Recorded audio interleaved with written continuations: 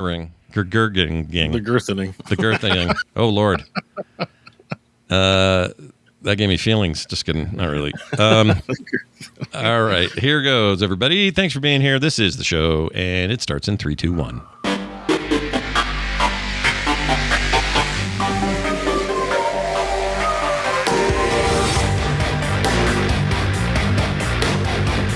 Hello, and welcome to Core. I'm Scott Johnson. Bo Schwartz right over there. Hello, Bo. Hello.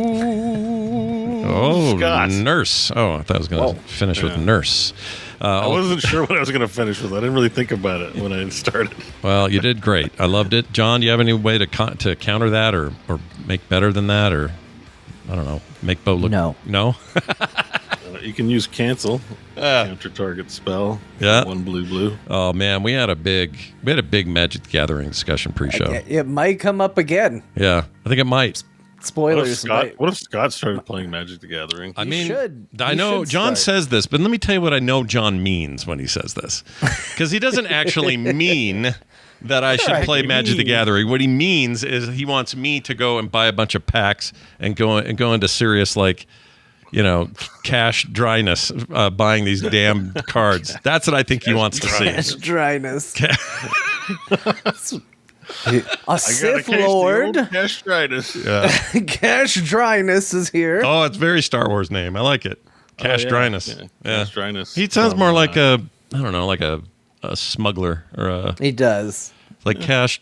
His first name's Cash, for heaven's But sake. if you put Lord in front of it, Lord Dryness. Oh, that's pretty good. But you can't spell it like dryness. It has to be DRYKGNEUS or something like that.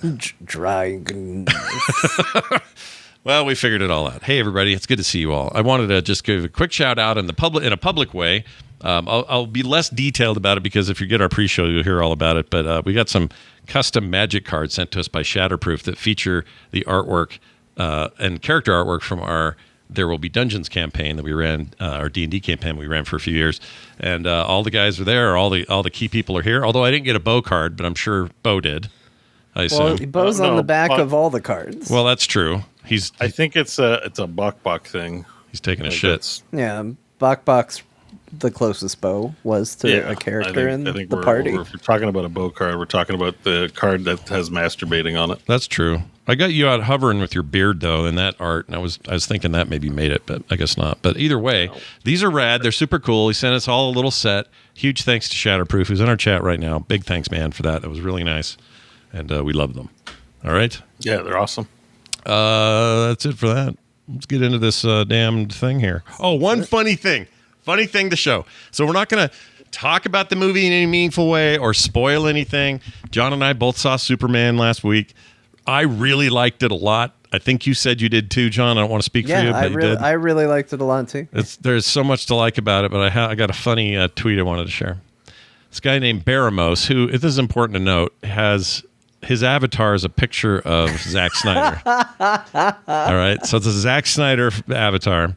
He says that he was responding to something from Screen Time, which says James Gunn was paid $15 million to direct Superman, which is actually kind of low for a director, but anyway, or one of that big of a deal. Anyway, he wrote in his quote, "Imagine if that money went to cancer research instead." Yeah, I'm sure he's got no bias. The fact that you've got Zack Snyder as your icon, I just thought this was kind of funny. So there it is. What he should have said is, imagine if that money went to Zack Snyder. Yeah, that's what he meant. That's what he meant. And I think Snyder got more money for that JLA monstrosity than this. I mean, you can say that about anything. An oil company makes $500 billion. You could say it about anybody. I could say, hey, the printing cost of the Magic cards we just talked about. Imagine if that went to cancer research. You can imagine money going somewhere else all the time. Yeah, go down to the store, talk to a guy who works there. His $15 an hour, hopefully he gets minimum, could go to cancer research instead of rent. Imagine if the computer or phone you typed that message on went to cancer research. Exactly. Instead. Like it applies to everything, therefore it applies to nothing. Yeah. Like what are you talking about? People need to be able to hold two thoughts at the same time in their heads, and a lot of people struggle with it. So Zack Snyder, we're going to be dealing with a lot of that today. Oh yeah. Yeah, there's a little bit of that going on. We're gonna have some calls for hypocrisy on this show. Oh yeah, I can tell you what. One of them in particular, Well, let's just say, I'm not going to spoil it, but let's just say John has someone else living in his house now. I mean, in keeping with the theme of Superman, I've put incriminating evidence in the background of my selfie. Oh, hold on. Let's see. Can we see this anywhere? No, not yet. I thought about putting it here, where the magic cards are. Yeah. But I thought that was too overt, so I've hidden it somewhere else. Okay. And I've applied a fine Gaussian blur. Okay. Ooh, Gaussian, huh? to keep it hidden. Yeah. No, it's not Tracer. It's not Tracer. It's not Overwatch. Tracer's not Overwatch. Tracer's a good Heroes of the Storm character. Yeah, we don't know where she came from, but that's really where she landed for John. An original Heroes of the Storm character. Yeah. So we'll get to it. Don't worry, everybody.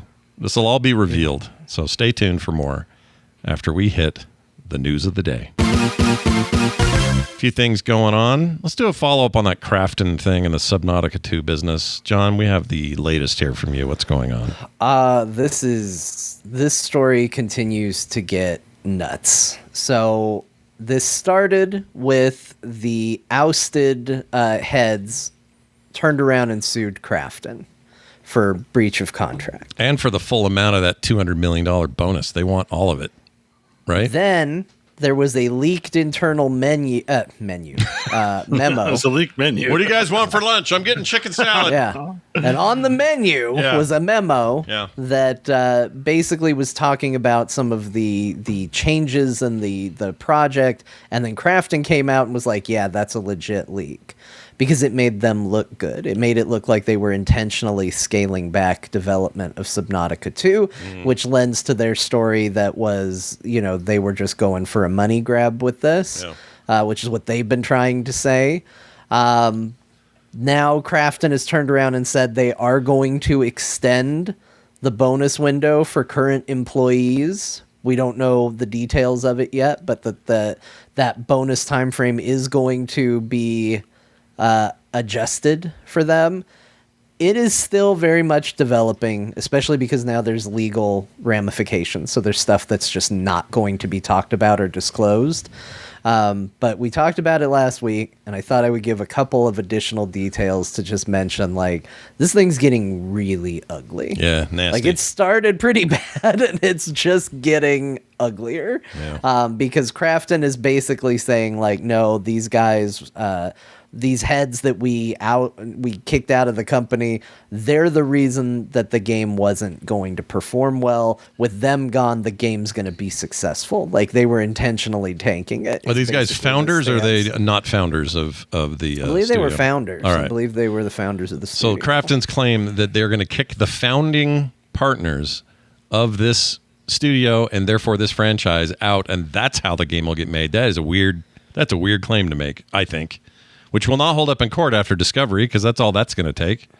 Well, who knows? We're going to see.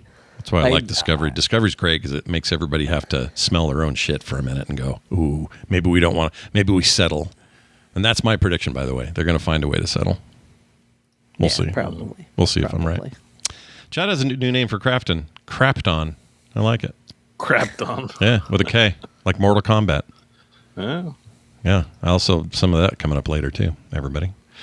Also, there's a supposed price leak for the Xbox Rog Ally, and it might cost upwards of, and maybe more, but it's a bit of a leak, and we don't know for sure, but $700. That's actually a little shy of what I thought. And I assume this is the X model, the Hyper one. Let's see.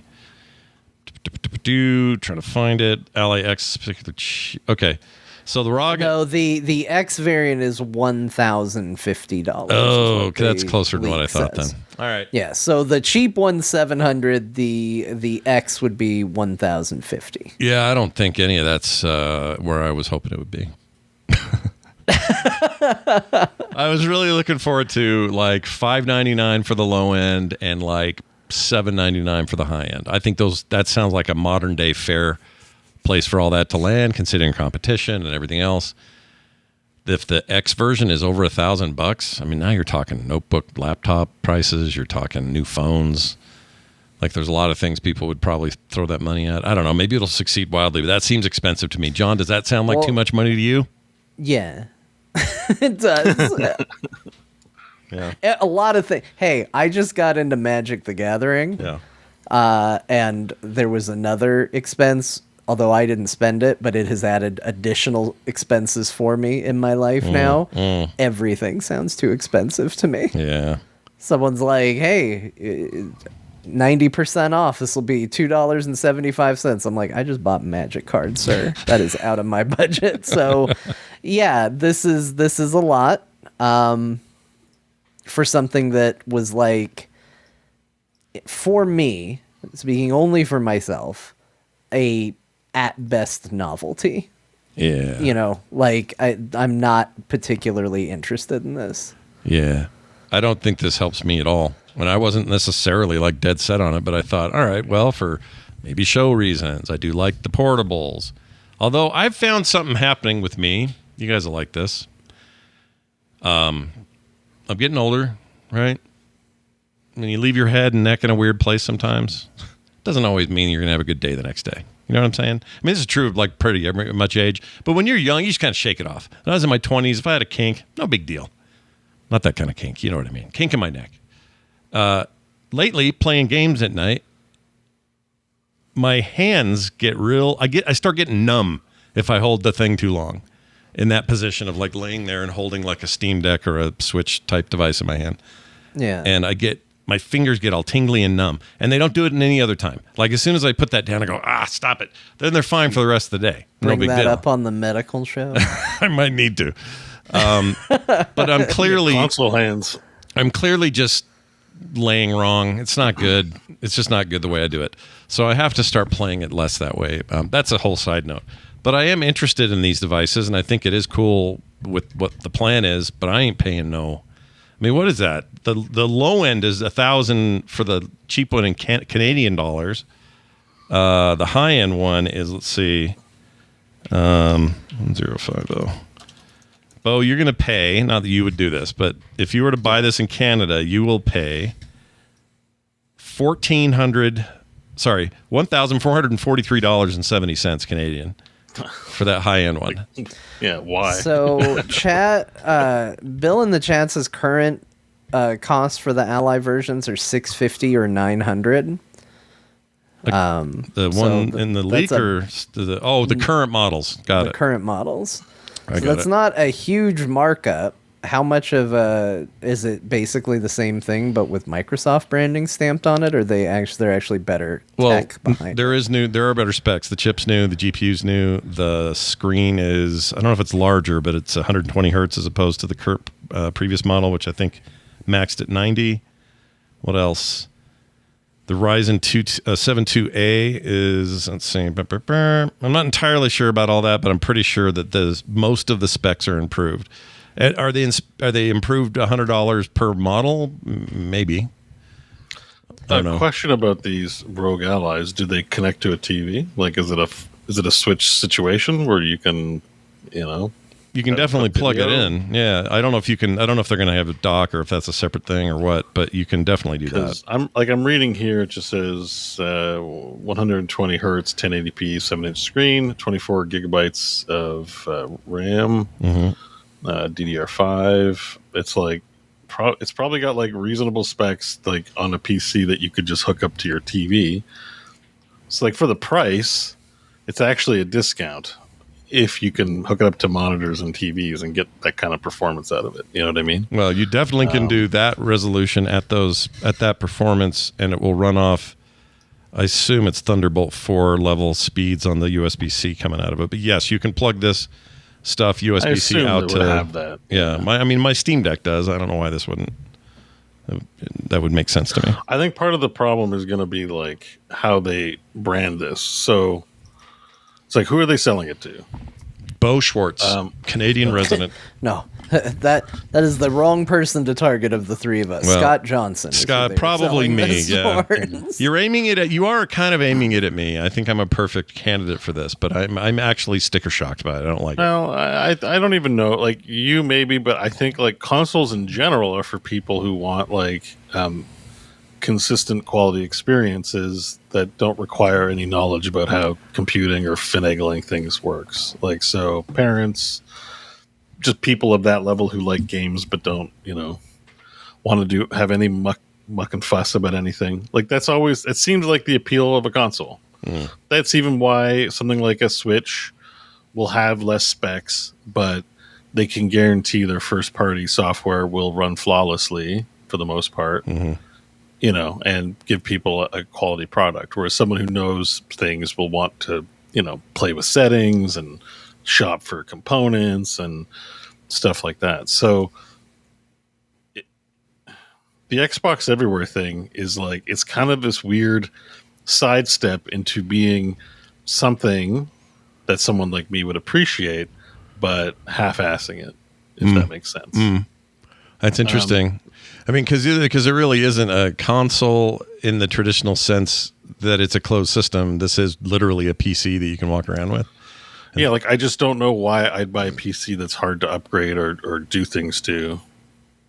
The trade-off is like, I can take it on the toilet or on the train, or like, it's portable, sure, which is nice. But if that's not a salute, like, I don't know. This is just me. I don't think this is everyone, but like, I spend a lot of time sitting playing games. So if I'm out and about, last thing it's like, I need to get a life. The last thing I want to be doing is also gaming away from my gaming situation. That's a good point. So like, I'm never interested in portable video games, because that's a good opportunity to listen to a podcast, put some headphones on and enjoy, even if I'm going for a walk, it's just to enjoy the outdoors, like, because I don't do it enough.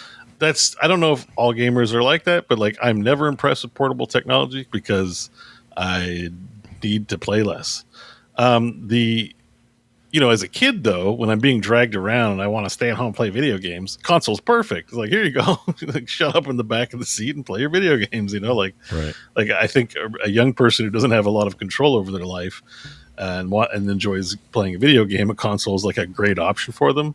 But this isn't a super affordable thing for parents to be providing for their kids. No, and you come around the holidays, if a kid says, I want this ROG Ally X, and the parent's going to go, yeah, we'll get the Switch too. That's a lot cheaper. Like, they're just not going to do it. I will say, having the Switch was nice when I actually go on a longer trip and want something, but I don't go on those very often. Does it feel like we're fighting a trend, though? The trend toward portability is like inevitable. It's just happening, whether we like it or not. Notebooks, computers, I think it's like, phones. I think it's vibing off the phone, right? There's this whole ecosystem. There's this whole gaming platform that I have with me constantly on my phone. And it doesn't require anything extra because I'm bringing the phone anyways. Right. So I can play Magic the Gathering on my phone. Like, that's also a factor here, is I do have some desirable options. I think everyone has one or two desirable options on a phone if they really want to game and need to do it on the go. Yeah. So they're also like in a crowded market. Like, now I got to bring this whole ass device because I have to play Baldur's Gate 3 portable. I don't know. This portable thing's never been appealing to me for the reasons I stated. Yeah. There's always going to be gamers like you, and everyone's going to be a little bit different, but gamers who want to be tethered to a single, their station, their place, their location, their control center of gaming. And in your case, it's very heavily weighted PC. Other people, that may be a PS5 hooked up to 3 monitors and they're running that in their room or whatever it is. Sure. It's their place they want to be. And I think there's value in that. It just feels like the momentum, either artificially created by marketing teams to push people in that direction or real, but the momentum seems to be on the side of thinner, smaller, take it with you. Yeah. And I don't mind that if thinner, smaller also means I can still have the station thing you're talking about. Like, I don't want them to take that away. Yeah. I mean, I feel it might be different. Like, I might desire one if I was in a relationship and you're watching TV or doing, couch stuff. And it's like, oh, you're couching and watching this thing and I'm playing on my handheld. You know what I mean? That way you get to do cuddle time. Don't underestimate the value of cuddle time, So it's like you get to do the gaming and the cuddle time, because as a PC enjoyer, there's been often conflicts in my life over cuddle time versus it's time for raid with my WoW team. Yeah. Screw your cuddling, and the problems that ensue if you say that too aggressively.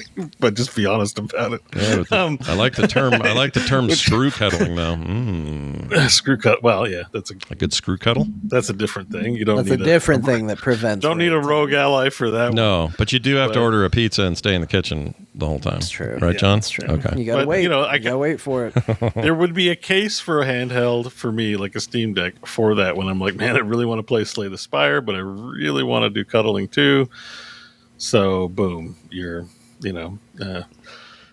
Steam's your uncle, or Gabe's your uncle. It's a little bit why, but it's honestly a little bit why the first Switch, and this new Switch are the smart ones, because forget about all the other issues around, like these games cost too much now, and the console itself is too much, and all that stuff. But that thing, just take it with you. Hey, we're doing a road trip. Shit, grab the Switch. Pull it out of that dock. You're playing your games. All your saves are there. Everything you're doing is there. You come home. You slip it back into that dock. You grab a controller, and you're off to a giant TV again. Like, there's some that's really smart, I think. On the console side of things, it's very smart. Yeah, and Switch, that was innovation of the Switch and what made it great. And so just improving that is a good thing. And maybe a lot of this is just people chasing that. I just think they should just call it an X. I don't know if this whole, like, it's an Xbox Rog Ally is the right branding to go with. I agree with Xbox everywhere. We'll see what the sales are like, but I just don't know. Yeah. I don't know if that's what's gonna Plus do it. I don't think it's gonna hurt Xbox too much, because it's not their product really. No. But they're still going to sell the regular ROG Allies alongside this, and they'll have an option on the store to say, I'd like Steam OS, please. Like that. The whole thing is, it's so little to do with Xbox in the end. It really is just their blessing, their branding, and then whatever this partnership means for sales. That's it. Like, it just feels... I feel like Xbox is trying to do what Steam's doing, right? But they have Windows everywhere. So, like, in theory, they could propagate harder than Valve could. Valve is not native to Microsoft, right? It's not like Valve has a product that you buy that also has the Steam thing that you can try out and you get hooked on Steam.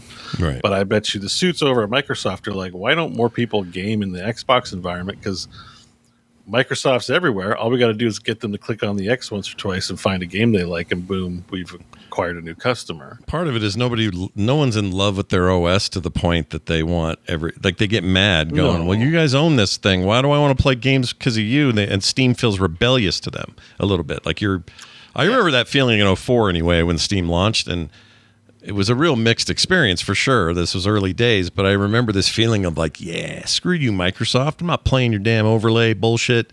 I mean, live Windows games for Windows Live or whatever that garbage. So that bad. was awful. Like, that's why I have very little faith in whatever's happening with this stuff, because it's like they can every time it's like, Microsoft, we're going to do gaming awesome, and it's like Xbox has always been good, but whenever they try to blend in, like, we're going to do PC gaming and it's going to be the number one what everyone wants, I like press X for doubt, and that's me. Like, that's me right now, with all this stuff, and it makes me not want to buy it or speak very favorably about it, because they're too big of a company. Honestly, they're too big of a company, and if Xbox is not going to be siphoned off into its own thing, there's no guarantee in 3 years' time, whatever the big tech trend is, they're going to be chasing after and not give a shit about their gaming.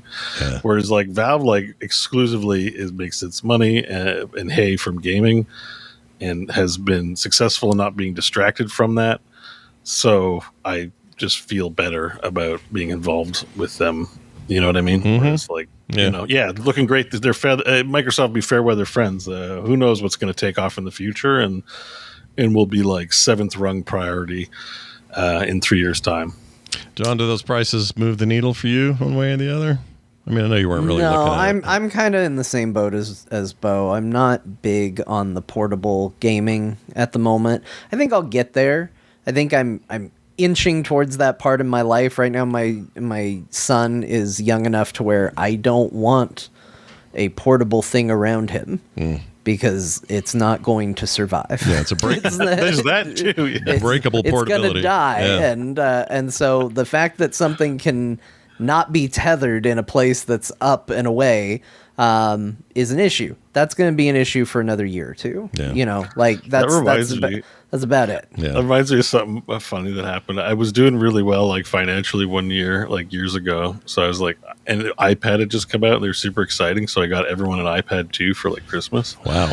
And they were very expensive. Yeah. I busted the bank. I was like, this is a one-time thing only. Don't get used to these kinds of things. But iPads are so cool. And I wanted everyone to have one. And, you know. It wasn't like I had a huge family. It was like I bought 5 of them. Oh, okay. I thought it was like Mike, Krafton, all those guys. Or no. Okay. I bought my sister one, my brother one, my mom one, and that's pretty much it. Yeah. Like, I bought everyone one, but it was a lot of money, and it was great. And it's funny. I went to go visit my sister in Toronto. She was living in Toronto at the time. It was like it was like 6 months later. Yeah.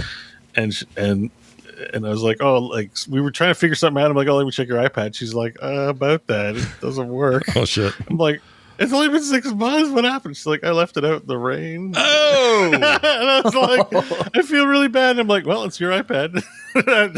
Oh, man. Use or lose, I guess. Yeah. I'm not upset about it, but like, I know that I'm like, if life was a Telltale game, definitely Bo will remember that it popped up on her UI. Yeah. So I'm like, before I buy another iPad, I'll be like, maybe there's a better gift for someone that leaves iPads in the rain. Yeah. And so, yes, children, I think, are the same thing. Where you're like, oh, here's a delicate piece of hardware. They chuck it across the room like a Frisbee, and you're like, okay. Yeah, my stepkids found out the other day that I don't have, like, one of those glass faceplates on my iPhone. And they were like, why don't you? Because they were both getting theirs changed because it looked like shattered glass, you know? Hate that. And they're getting it changed, and they're like, John, how's yours holding up? I was like, I don't have one. Yeah, I don't either. You don't have one on your phone? I said, no, I've never used one. And they're like, are you crazy? It's like, guys, I don't drop my phone. Yeah. And they said, yeah, but the baby's around. Fair play, but there is also a clear delineation in my son's mind on mom stuff and dad stuff. Yeah. If he comes into my office, he asks to touch almost anything in the office. He's like, Daddy, can I touch this? And I'm like, no, you can't touch that. Here, you can play with this, though.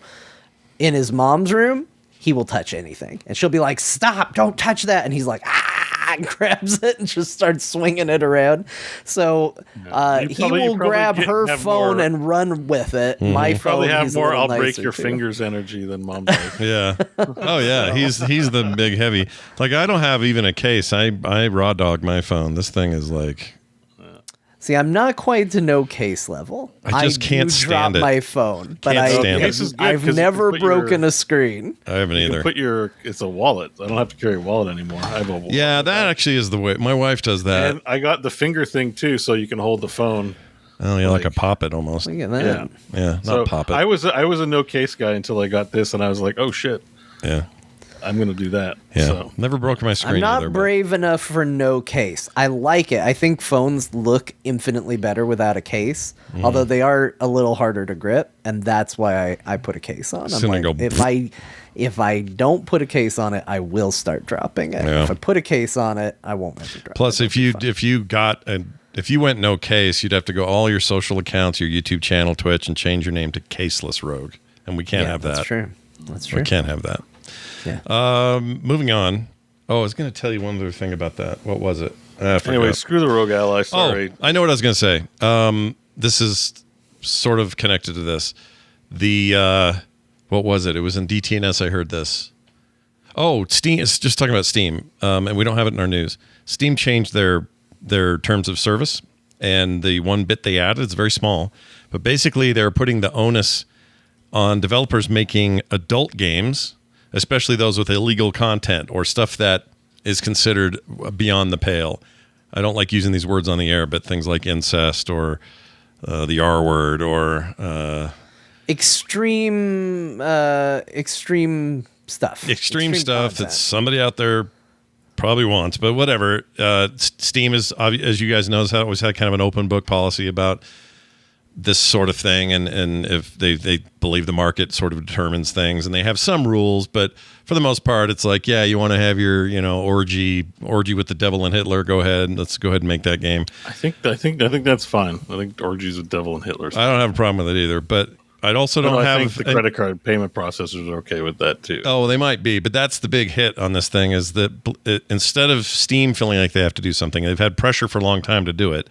They basically came out and said, "Look, we'll adhere to the laws where our games are, so U.S. law, European law, wherever it is. So whatever those laws are, we will live by those regional laws, and we will start honoring the policies and standards of the pay processors and banks and ISPs. So what that means is if you have an ISP, I'll just say Comcast because I can't think of another one, but let's say your ISP is Comcast or Cox or something, and you're buying a game that breaks their policy for the kinds of content that they'll use their processing for, Steam will now tell you can't get that game. They will adhere to those rules. It's like a double-edged sword in a way because this is their way. This is Valve's way of not having to really truly commit to doing it themselves because they don't really want to police this. Yeah. But they can kind of throw the blame on all these other services and stuff. And they're also really vague about it, so they didn't get into the weeds. So we really don't know a lot of details. It's all really basic boilerplate. But some like it's there to appease and not have to do much. There you go. There was a list, and it seemed like it was honestly, but 25 games got chucked. For example, Cox decided to adopt a policy of no cocks on Cox. Then anytime you downloaded a porn game with a cock in it, Cox would be like, no cocks on Cox. Yeah. And then Steam would be like, sorry, Cox says no cocks. No cocks. You need to get Cox Plus. You switch your ISP to a Cox Pro. Yeah. And then non-Cox. We'll get a free month, free 3 months of Peacock while you're at it. And no cocks on Cox. Oh shoot, no cocks on Cox. Damn it. You can't Peacock on Cox. There are plenty of solid adult games to play on Steam. So I think people are free speech warriors are going to get in on this as something to chew on, but yeah, they think it's a slippery slope. It's like, well, now it's things like incest, but one day it'll be your idea of a fun time. I don't mind that they have they have standards for violent stuff. Like as much as I've seen people like, oh, Knicks are going to do violence. It's like, actually, I think that has come up before. Like they have. They've had some games they've taken off for other categories. Oh no, I can't. I don't know. There's still some great games. If you want some adult recommendations, Bo's here for you. Look, Dinosaur with double D's is still available on Steam. I'm sorry. Dinosaurs with double D's? I haven't played that one. How did they not call it Double D Dinosaur? I just discovered. I was looking better title. It came out in February. It's called The Dinosaur. It's 2 D's. The Dinosaur with. Oh, okay. Oh, Furry Shades of Gay 2, a shade gayer, still available. Quickie is still available. That's a good one. You should play if you want an adult game. You should play Quickie. I love Hotel Story. That by the way, the Dinosaur double D's on Steam is currently on sale. The Dinosaur, get in there and grab it. Yeah, 20% Aurelia is still available, and that's a really perverted one. So. Wow. Yeah, you got lots of great adult games available to you. If you are that deep down the Gooner hole. There's other websites for adult games, so you know what? You're fine. This is not a nothing burger, but it's a little bit. It's not new. So I've heard of this payment processor issue before because it's affected the poker world a lot where gambling is concerned. That can get kind of funky in places where you can't get payment processors to process payments for, on casinos, stuff like that. So it's just one of those things where sometimes you have to work with the people you're working with and some stuff happens. It's not a free speech issue. You can find them other places. Yeah. And, the Gooner hole, though, that's a bar I would never go into. I'd never go to the Gooner hole. You know what I mean? You've never gone to the Gooner hole before? I would never step my foot in a place called the Gooner hole. I don't care how good the taco. I don't think your foot's supposed to go in the Gooner hole. They may have Something amazing. Goes in there, not your foot though. They could have amazing poutine. They could have incredible pizza. I don't care. I ain't going in there. Forget it. Yep. Well, anyways, it's there's plenty to plenty to do in the Gooner hole of Steam, so I would not worry about content unless you have one of these very extreme tastes, which if you do, good luck to you. I suppose. The Gooner hole is, good old game. What's good old games policy on this stuff? GOG? I don't think GOG good has old adult games. It does. They had a big sale. Oh, they have some one time. They have regular. They had a sale that was like it's the adult game sale. Oh. They themed it specifically. I think it was almost news I put in. It was a while ago. I'm surprised. You were excited about something you purchased at the GOG adults. Well, GOG now stands for Gooner old games. Gooner old games. Yeah. Good old Gooners. Good old Gooners. Yeah, that's it. Good old Gooner of gamers. I don't know. I like GOG quite a bit. I do too. I think I've had to use their store a little bit, and besides the one issue, and it's hard to say if it's an issue with GOG or if it's an issue with the old games I've been playing on it, but my 8-bit BEAU controller does not like some of the older games I've played on GOG. Oh, weird. I have to switch it to Bluetooth, and then I usually have to remap all my keys once I'm in. Oh, but it works after you do that. Yes. That's weird. They don't have community overlays or anything that just like Steam does where you... It doesn't recognize it as an Xbox controller when it's on its on its other setting. I don't remember what it is. But just in good old games. Yeah. Well, the only games I've played on good old games is Resident Evil, Resident Evil 2, and Resident Evil 3. It could be Resident Evil's fault. Okay. So I think because in Resident Evil, when my gamepad's in, it's like, hey, I hope you're enjoying that Microsoft Sidewinder. I'm like, yeah, it's good stuff. yeah, this is definitely the Sidewinder. Let me tell you. Oh yeah, those are awesome. I think GOG needs to work on its I guess sexual content would be there. I just was looking for the games, the adult games on GOG. Yeah, the Gooner section. I checked the tag sexual content and look at the best-selling recently games, and the top of the list is The Witcher 3, Disco Elysium. Well, we had this problem in Steam too, where they were like, "Hey, John Jagger, you absolutely love adult video games. That was your top category this month." And I was like, "Why?" Because you played Resident Evil Village. Yeah, because it has a big woman in it. Yeah, and apparently that got it labeled sexual. Yeah, and I spent a lot of time playing Resident Evil Village, and it's like, you just love porn. Yeah, you're a big porn guy. Specifically, you love gigantism. Who am I to argue with good old games? Steam, sorry. You like women with gigantism. Amazing. There's a genre of porn where the woman's gigantic and really? Sexually humiliates you as a giant. I think is it's like snoo. That's what the Resident Evil 4 or 7 that's. It's like snoo. It's not just that she has big boobies or whatever. It's like she's actually gigantic. It's Futurama snoo. That's what it is. You're a little man. Okay, so it's Fry and a big giant Amazon lady. That's the idea. You telling me that when she cut your hand off, you didn't feel something? I mean, I felt ridiculous because I was able to glue my hand on later. That stupid game, dude. You stapled it on and poured some water on it, and it was okay. It was such a dumb... You know what, though? Let me tell you something. Had Resident Evil 7 and forward made the decision to do it just a regular way of inject myself with a syringe or eat a thing, or all the normal ways you get health pickups in video games, if they'd have done that, that would have been a mistake. I'm glad they went weird and said... Yeah, you cut your hand off, but eventually you can put it back on and kind of screw it on cartoon style. And then whenever you're not feeling so good, just dump a little of this on your arm. Dump some hand water on. It's so weird, but I can't imagine it any other way. So I'm not complaining. I just think it's the stupidest, best thing they ever did with any game ever. Adult game titles. They're so awesome. Give us some that we can say without too much embarrassment. What do you got? Yeah, well, it's not too much embarrassment. It's just one I saw. Okay, Leap of Love, whatever that means. Yeah. No, where was it? It's like a leap of faith. One that it's yeah, but love this time. Project Cappuccino. All right.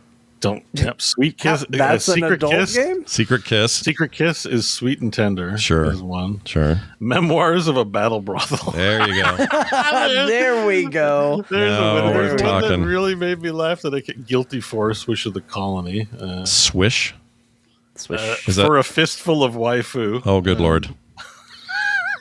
I don't like where that one went. 3001 A Lust Odyssey. What? No, there was a really funny one that I lost it, but it made me laugh so much. What is it? Goodbye. Oh, yeah, helping the hotties. Oh, helping the hotties. That sounds like shorecore. I'd get into it. Yeah, I know. I assume you're helping them in ways that are Gooner specific and not like running errands for them, you know. I pulled up my GOG library to see if I did have anything, what all I did have in here, and apparently they labeled it free, which maybe explains why it's in my inventory, because I've never purchased either of these games, but I have a game called Lure of the Temptress from 1992. What the 92? It's just labeled free, which is why I think it's in my inventory, because I also have a game, another one I never bought, called Teen Agent, which also has the same label. I don't know what either of these games are. Okay. Teen Agent doesn't have a year associated with it. All right, here's the Wikipedia What article about on that game. Succubus? Not in my library. Oh, this is a point and click game. Let's see. Virgin Interactive made it. Let's see. Is it gameplay? Okay, 3-point click. I'm trying to see what's. Yeah, it looks like King's Quest. Yeah, but it's got some ear in there, is what you're saying. Does it? I don't know. Oh. It's in my library. I know nothing about it's the game. It's made by Virgin Interactive. I think that's like a. Yeah, they're a big publisher. They're like, they do Virgin Airlines. Virgin's big, or they were. Yeah, but a lot of those adventure games had some content back in the day. Yeah, like you remember some of those? Oh, yeah. There's some. Well, it's a Leisure Suit Larry getting it on with everybody all the time. Yeah, Leisure Suit Larry. What was the other one? The King's Quest lady went on to do a bunch of kind of horny games. Oh, right. Virtual maid streamer Rami. She's a maid and a streamer. Wow. You know, you never know what people are up to in their personal life. Well, it's... Anyway, point is I like GOG. GOG's great. They have a thing. I'm trying to remember what the service is called. But they have a service where basically it's old games. It's called Preserved Good Old Game by GOG. Yeah. And they are titles that they have decided to take on the role of supporting in perpetuity to make sure that they don't disappear. This is the Resident Evil games are in there, early Fallout games. A lot of games that get up-resed versions and get pulled get put into this program. They're basically single-handedly doing mainstream preservation efforts, and that is rare right now. None of the big makers, console makers, Nintendo, it doesn't really, other than, you know, they're very careful about their own vaulted stuff, but nobody's really showing a large mainstream customer-focused preservation effort except them, really. And I think they should get celebrated for that. Those guys, archive.org, does a lot of stuff. There are plenty of small upstarts trying to do something, but you have to love GOG for trying harder, I think, than anybody else. Yeah, they're putting in the work. And like I said, besides some control issues, which if I had plugged in my 360 controller, I was having no problem, but for the 8-bit BEAU, for some reason, it had an issue. Yeah. All three of those Resident Evils downloaded, clicked, ran immediately. Yep. There was no figuring it out. There was no downloading special files. They were instantly playable. No internet to check and make sure they were yours or any of that shit. You just go. It was a phenomenal experience. And so right now they have 184 games in the program, including the Devil May Cry HD collection, Breath of Fire 4, Mortal Kombat's 1, 2, and 3, Deus Ex, the Game of the Year edition, Dino Crisis, Dragon Age Origins. Like the good Dragon Age. Nice. Yeah, the good one. Yeah. The really good one. Pretty good. Fallout, like a lot of these games that are kind of going away, either through companies remastering them and then going, well, that game doesn't exist anymore besides the remaster, or just you can't play them anymore. They're doing the work. So that's why I like GOG. They're doing good work, and it looks like they just hit a bunch of the Devil May Cries. Looks like that's the newest stuff. That and Neverwinter Nights. Nice. Look like, Leisure Suit Larry Reloaded. Actually, just got put in there. Speaking of Leisure Suit Larry. Yeah. Would Cox Internet have any problems with Leisure Suit Larry, do you think? I don't know. Depends on how many Cox. No Cox on Cox. It's really a simple policy, really. At the end of the day, no Cox on Cox or NCO. Oh man, they put Star Wars Rebellion in the program. No I used to play so much Star Wars Rebellion. I did too back in the day. What was the one that was based on the? What was that called? It was a Star Wars RTS. Ensemble did it. It was based on the Age of Empires engine.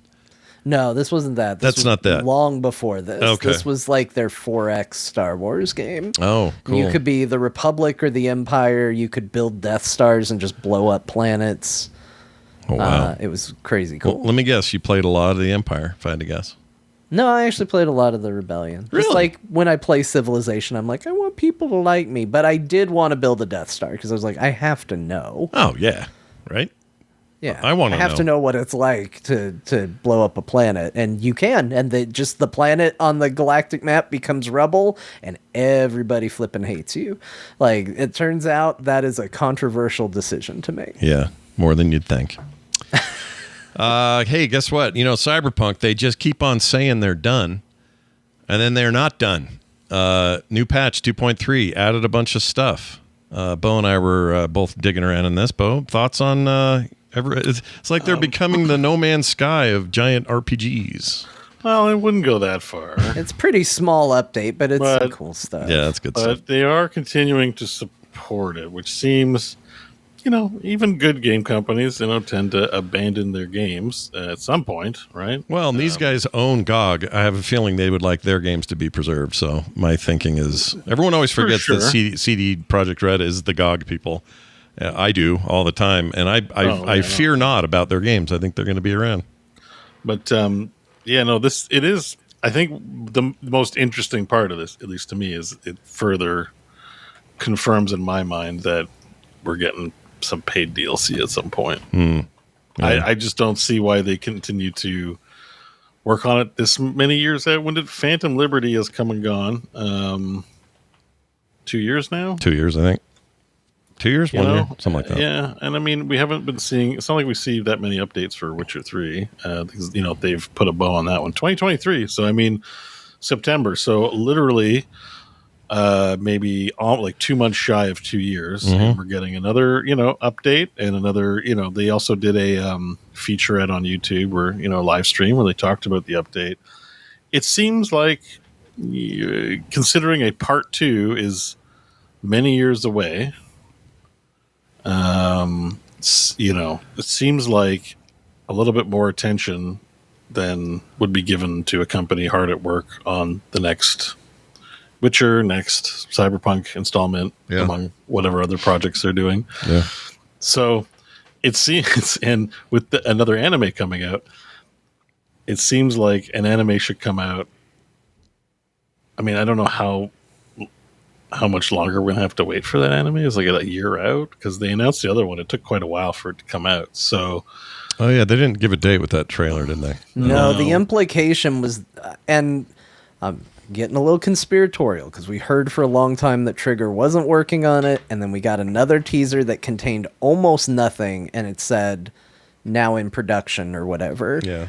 There's a part of me that wonders if they were going to handle it internally at Netflix like we heard at first, and then maybe they realized like, oh, we should have the originals do it and let's put the effort into it, and maybe it started later than anticipated. Could be. Because it sounds, by the sound of it, it sounds like it's just starting and not about to come out. Yeah, seems like early in production. But they made sure to make sure we knew about it. That's good.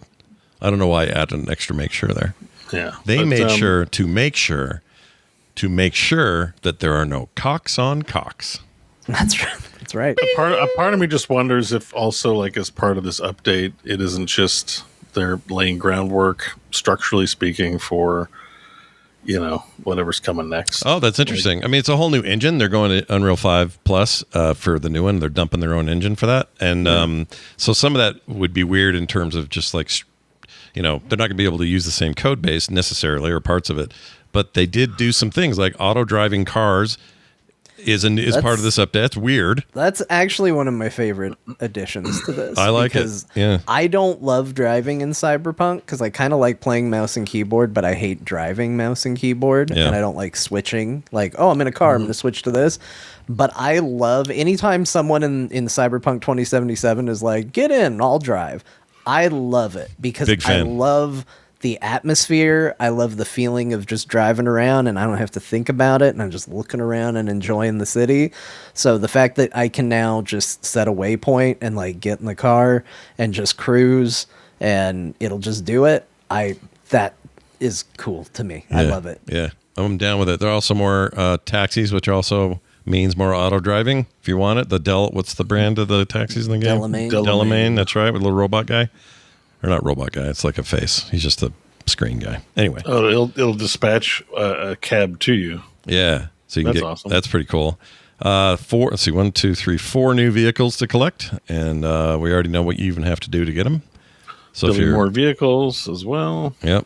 More vehicles that you can change the color on. Yeah. So, a lot of stuff for photo mode for vehicles. I kind of feel like maybe there's a whole section of the community that's around images and that photo mode and putting things together like that, and I feel like they're really catering to that crew quite a bit. Right. So I think it's cool. I mean, I'd love to see more support for the game. It's one of the games that I will just go back to play, just to spend more time in. So I'm never going to argue that it's better every time I go back. It made me reinstall it, this news. So did it? There's that. Yeah, I don't know how much I'll play it, but you should play it. I should finish that damn thing. Save Tsushima, you could. Yeah, you could go from a samurai saving Tsushima to a samurai in the Cyberpunk world. I did a thing that will make you laugh. So you know that they did the PlayStation Direct thing on Yote, the new Ghost. Yote, whatever it is. Yeah, the Ghost of Yogurt. Yoda. They show that, or I see this thing pop. It says, "Watch the entire live stream now," and watch it on YouTube. And I actually yelled at my screen and said, "Slow down!" And then I got rid of it. And I didn't look. You didn't at any point think this reflects on me more than them? Oh, I 100% know it reflects on me. Like, I just need them to just, calm down a minute. I got Donkey Kong to play. I'm back. No, you didn't. You didn't at the time that you were committing to beating Ghost of Tsushima. You didn't have Donkey Kong. You're right. You've added that to your plate. But I did You're like someone going back to the buffet table who hasn't cleaned his plate and sitting down and going, why is there so much food? Yeah. Well, I got to go back and get a little bit more. Yeah, there is a bit of that going on. The Steam pisses me off because Steam is still running. It's just started a few days ago, but they're still running the automation sale. So it's like all games that are like the ones I just obsess over, Shapes and freaking all of them, Factorio, Satisfactory, all that stuff. And there's a ton in there I hadn't even heard of. There's these new ones that just came out, and I'm like, oh, these look cool. So I started buying those. Now I got 2 of those to play. Is all Steam's fault. Is what I'm saying. It's what I'm getting at. It's not my fault. It's Steam's fault. When they announced at the buffet, we're putting some fresh eclairs out, and you're like, well, I just started eating this chicken, but I don't want to miss out on the eclairs. Yeah. It's their fault. No, everything you say is true. It's all true. But we'll see what happens. Slow down, Yote. You don't need to hurry and come out. Anyway, that's the thing that's coming. Watch for it. Out now.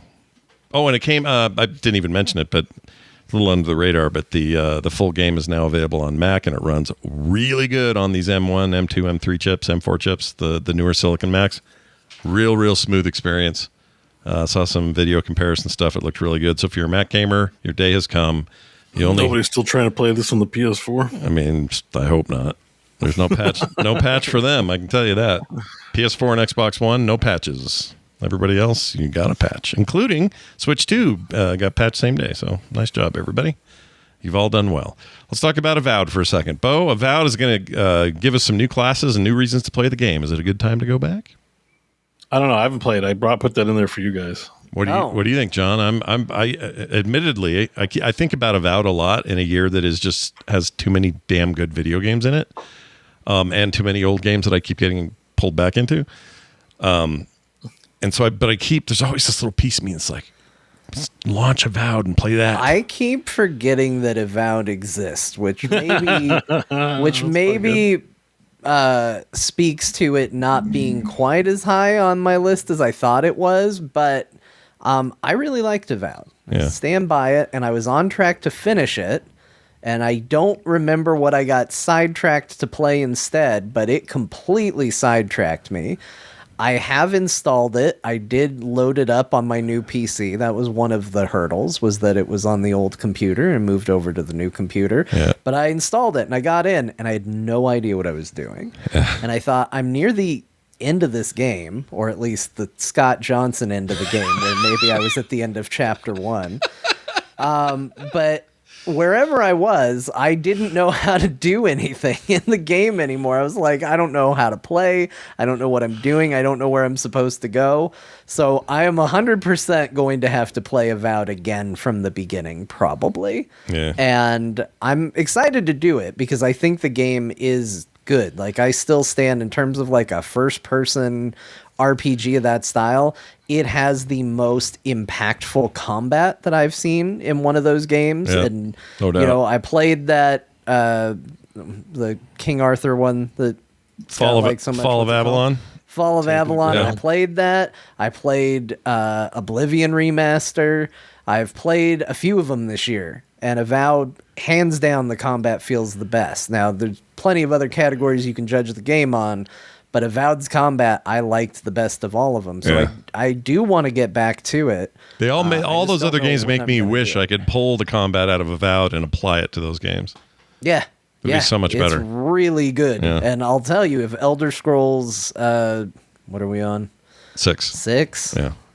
If it doesn't take some hints from that combat, They that have game's to. gonna immediately feel dated. They have to. Like if they don't, if it's not a market improvement, like even Starfield was an improvement for sure of the more kind of Fallout-y version of their combat.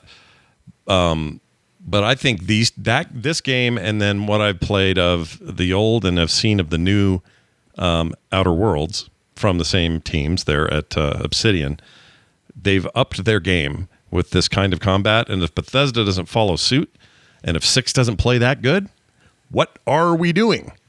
Yeah. If they don't nail the combat for all this time in the genre they helped subgenre they helped invent, I'll be so mad. I don't care if what's his name comes out on stage and goes, "Hey guys, I'm 4 feet shorter than anybody else in this business, and I'm here to tell you, I don't know why." Careful now. He's probably taller than me. I don't know why I even care about his height. You know what it is? They always bring him out on stage with these lurching, gigantic other people. Always. That's how I feel when I'm around all my friends. Bo is my shortest friend, and he's still taller than me. See, what's by a weird, lot. you and I, so I'm 6'3", John is definitely not 6'3". We're at BlizzCon running around together. I never once think about the height difference. It doesn't even occur to me that we're a odd couple that way. It just doesn't even... Except that time you, Bo, and I lined up like a battery signal charge and got a picture taken. That was fun. Yeah, I wish I had that handy. I'd show it to everybody. But well, anyway, it's Avowed's great, and now you can be a fighter with ranger specialization classes. Bunch more stuff going up. I'll read a couple of these. Let's see, new ranger and fighter abilities, shadow step, fan of daggers. This all sounds like John shit. Smoke bomb. Fan of daggers. Yeah, chilling surprise, which is like a cold trap kind of thing. A bunch of passives. Let's see, fighter passives. There's a bunch of fighter changes. Some new unique items. Let's see, a 40 frame per second option for FPS limiting for those who need it. Bunch of upscaling stuff. Let's see. Hands no longer clip into opening chests. Yeah, I want to play again. I don't know why. You got pulled away because of Final Fantasy. That's what got you, I think. Oh, that could be right. Yeah. I think. And I got pulled away for I don't know why. One of my dumb offshoots. I don't know what I did. I mean, Final Fantasy is responsible for many a distraction in my life. Yeah. And then also Expedition 33 was like right after that or right around that. It was just like this year, dude. Like all these layoffs, I want just a couple of fresh fingers to the middle fingers to the industry. We are having yet another banger year in terms of quality and sales. Some of the best games ever this year. What's going on? Why do you got to lay anybody off in this business the Oblivion Remake team got hit with layoffs, I think, this week. That's insane to me. That thing was a rousing second success for a game that was already a giant success. I don't get it. Yes, I do. I get it. They're trying to hedge their bets for quarters they can't see yet. For public trading, they can't. They have to. AI is going to do all the work of people. That's literally what I think execs believe, and they're going to be wrong. And we'll find it. We'll hear about it in a couple of years. This is for them. They go right there with a pen. Yeah. Anyway, let's move on to this is a Zelda movie cast announcement. No Chris Pratt. Thank you for mentioning that, Bo, because that's an important part of this. Mentioning what? Sorry? Sorry. No Chris Pratt available for the Zelda there's movie. No Chris Pratt so far in Zelda. Yeah. So far. Gamers rejoice. So far. Yes. You never know, right? Could show up. But we have our link and some Maku or whatever they call. Whatever they're called. Daku. I don't know. But we've got our link and we've got our Zelda, Princess Zelda. Oh, and they don't show their pictures here. Let's see. Oh, it is. See more on the tweet. Oh, because this was the Miyamoto Bottom tweet. of the tweet. Bottom of the tweet. There it is. Yeah, there you go. So these are a couple of relative unknowns, young actors. I know him from the Blythe Manor thing that was on Netflix. He's one of the younger kids.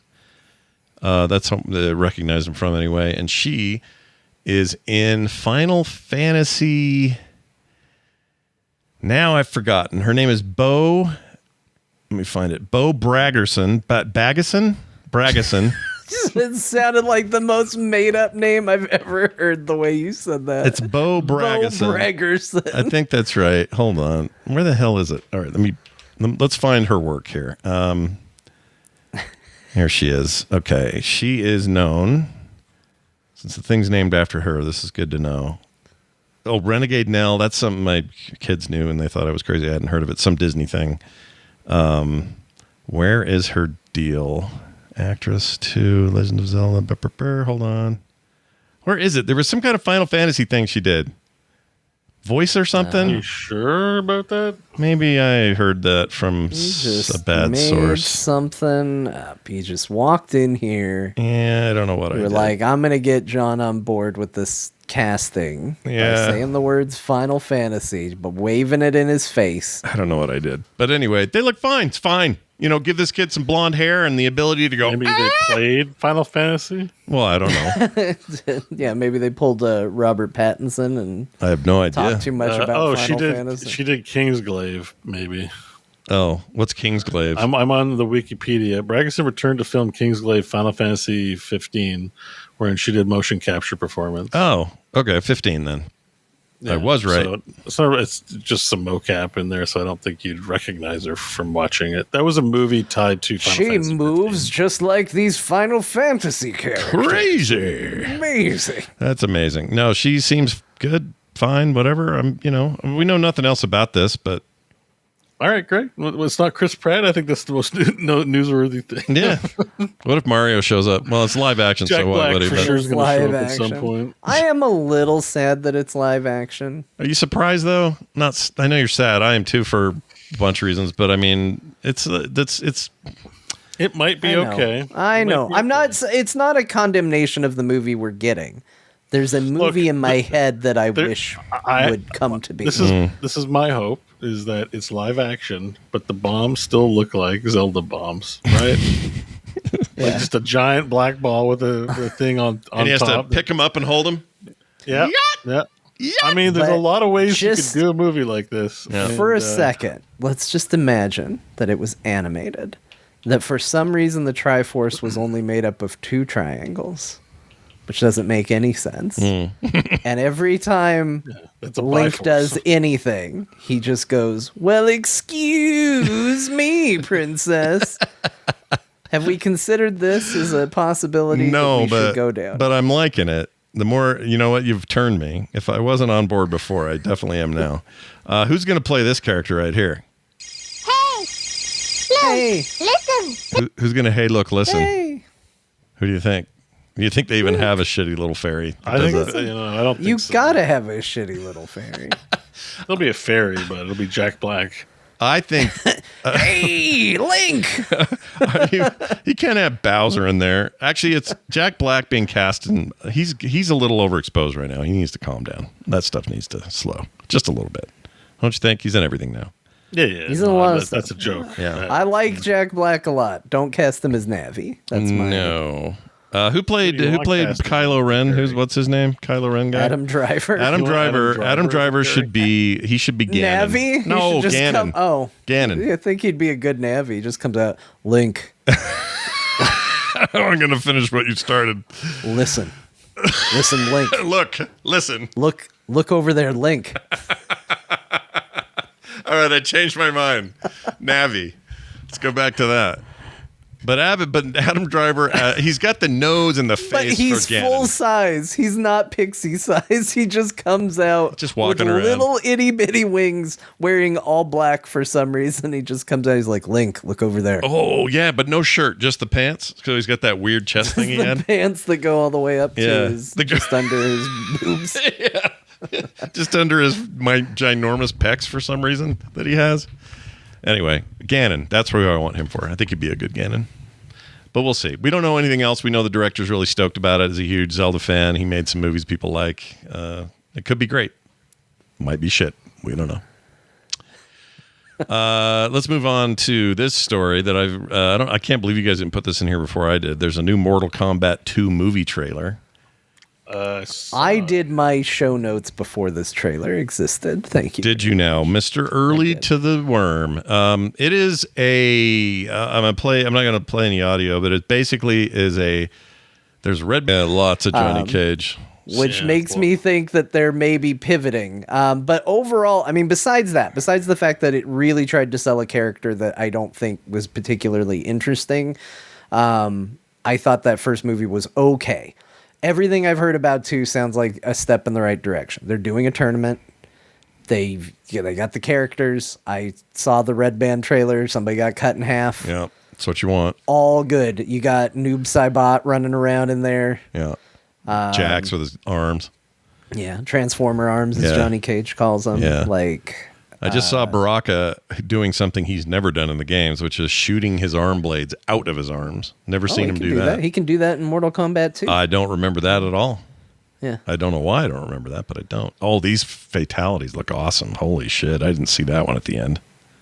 That's more than just in half. That's like slicing them right down the center like a proper fatality. Yeah. Oh my gosh, you guys. So maybe it'll be good.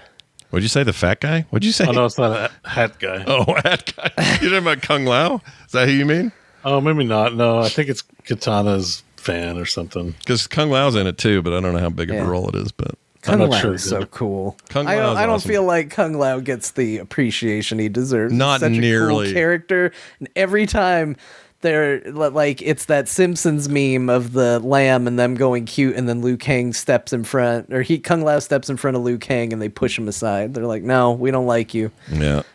They just give all the attention to Liu Kang. What does he got? He barely anything. He drops arcade machines on people. That's okay. But he does the whoop, whoop, whoop, whoop, whoop thing with his legs. He doesn't have a cool razor hat. No, he doesn't. I'd take Kung Lao in a fight over almost any of them. He's great. I'm with you. Big Kung Lao club over here going on. Although I still think Sub-Zero is a badass, but whatever. Or he can be. Can be a badass. I'll put it that way. Anyway, so there's that. One final quick mention. This is just a me thing mostly because I don't think anyone else has played this, but there's this indie city builder where the city you're building is on the back of a giant lumbering dinosaur creature. That may sound insane. That's because it is. And it is great. It is weird as hell. It's called The Wandering Village. And the reason I'm bringing this up is because I've talked about it on the show before when I was playing it. It is now out of early access officially and is on Steam and plays great on Steam Deck. And you may look at this screen I'm showing right now, this video, and go, oh, well, okay, they're villagers building shit. City builder stuff. Scott, okay. This looks like just a regular city builder. I don't see anything different. Well, John, let me show you here. If I skip ahead, I don't know if you can tell, but boy, I picked the worst part of the video. Scott, this continues to look like your average city builder. A dime a dozen. Yeah, it might be charming. It really does. Let's see. Is there a way to show the greatness of? Here it is. Seriously, look, see? Whoa! Yeah, look, you're on a dinosaur thing. You're on its back. That's the world you're in. See? And then there's a whole overworld thing where you got to like make sure he goes to the places he needs to and doesn't get stuck in the frozen wastes, and that'll affect your town. And it's a weird ass game, but it's great and has very good reviews. So I would recommend this pretty highly, and it's out of early access. So yay, good job, guys. You did it. That took a while to find the dinosaur. Oh, well. All right, we're going to take a break. When we come back from the break, it's Dear Martha time. After that, we've got the games we played this week. If you're hoping there was a Donkey Kong Bonanza in there, well, good news, there is. We'll talk about that. Oh, you actually played. A bunch. Some last night, and then about 2.5 hours today before the show. A bunch of bananas. Yeah, it's maybe. Oh, yeah, I didn't even mean to make that joke, but there it is. And a whole lot more, and then a big. Doled it out. And John's got a really important announcement to make. We'll get to all that too, and of course, Bo may have gotten to the Ashlands, and he may have recorded part of it. I didn't make anything for the show from it, but I love your audio. I thought that was great. You guys were happy. Well, it was a listener that made that. Oh yeah, somebody. I got it twice. Once from you, once from another dude. Oh, he sent it. Okay, I didn't know that you got it. Yeah, it was a mashup. He did. It's like it was a mashup of what it was like landing on the Ashlands, aka the most terrifying biome in a game. Yeah, you're going to have to tell us all about it. I kind of wanted to play it, but it's like almost 4 minutes, so probably not. I have to edit it. Just play like the first minute. Yeah, we'll play a taste of it when we get to it. But anyway, all that and more. We also got a really great little text-to-voice call that I think is interesting because a funny thing is happening with that call. I'll explain it all after this. These are all teasers, so you'll all come back after the break. Okay, that's what I'm doing. Many teasers were had. If I'm going to come back or not. We'll see. Go take a poo and then come right back, everybody. See you in a minute. Here we go. And we're back, everybody. We're going to play a little Dear Martha now that you've been waiting so patiently, and we're going to do that with John's guidance. Martha. I understand this has been like weeks. This one's weeks in the making, many hours of time just studying. Iterating, all that stuff, John. Researched quite heavily. It was definitely not written in the minutes before the show started. Oh, of course not. While I was just waiting for you to get on the call. Right. It's never... Don't even think that's how this was done, you guys. I'm just saying, set the expectations for this one low. But we are back to doing Find the Flaw. All right. Somewhere in this hastily written letter is at least one flaw that I prepared. This one is a little ramshackle, but we'll all make our way through it. I am only looking for one correct specific answer, and I will be awarding no points for any other mistakes that I may have made in my haste. Goodness gracious! All right. I gotta be strict when it's this quickly done. I understand. I gotta be strict. Yeah, I mean, you guys know the rules. We've done this before. I'm going to read the letter. There's a factual flaw. You got to find it. First person to tell me it gets a point. You're both currently tied at 2.5 points. 2.5 points. No, I had 3.5. I have 2. Yeah. I thought I was still 0.5. No, you guys are tied up after last week. You tied it up. 2.5 points each. Okay. So let's see if anybody pulls ahead. All right, here we go. My dearest Martha, I am writing this letter at the last second because despite being a task-oriented hobby, all these video games have made me very bad at performing tasks in a timely manner. Anyway, today's letter is about Donkey Kong. That's right, DK Donkey Kong. DK Donkey Kong is here. So here are a few facts about the DK crew. First, let's talk about the main big guy himself, Donkey Kong. He is bigger and faster, which we all know. But did you know that he has a coconut gun that fires in spurts? I promise you, if he shoots you, it's gonna hurt. We also have Dixie Kong, who can float through the air, and is in fact one cool Kong. If you want to talk about a Kong that has no style or grace, then you are looking for Lanky Kong, who has a funny face. But at least he can do a handstand.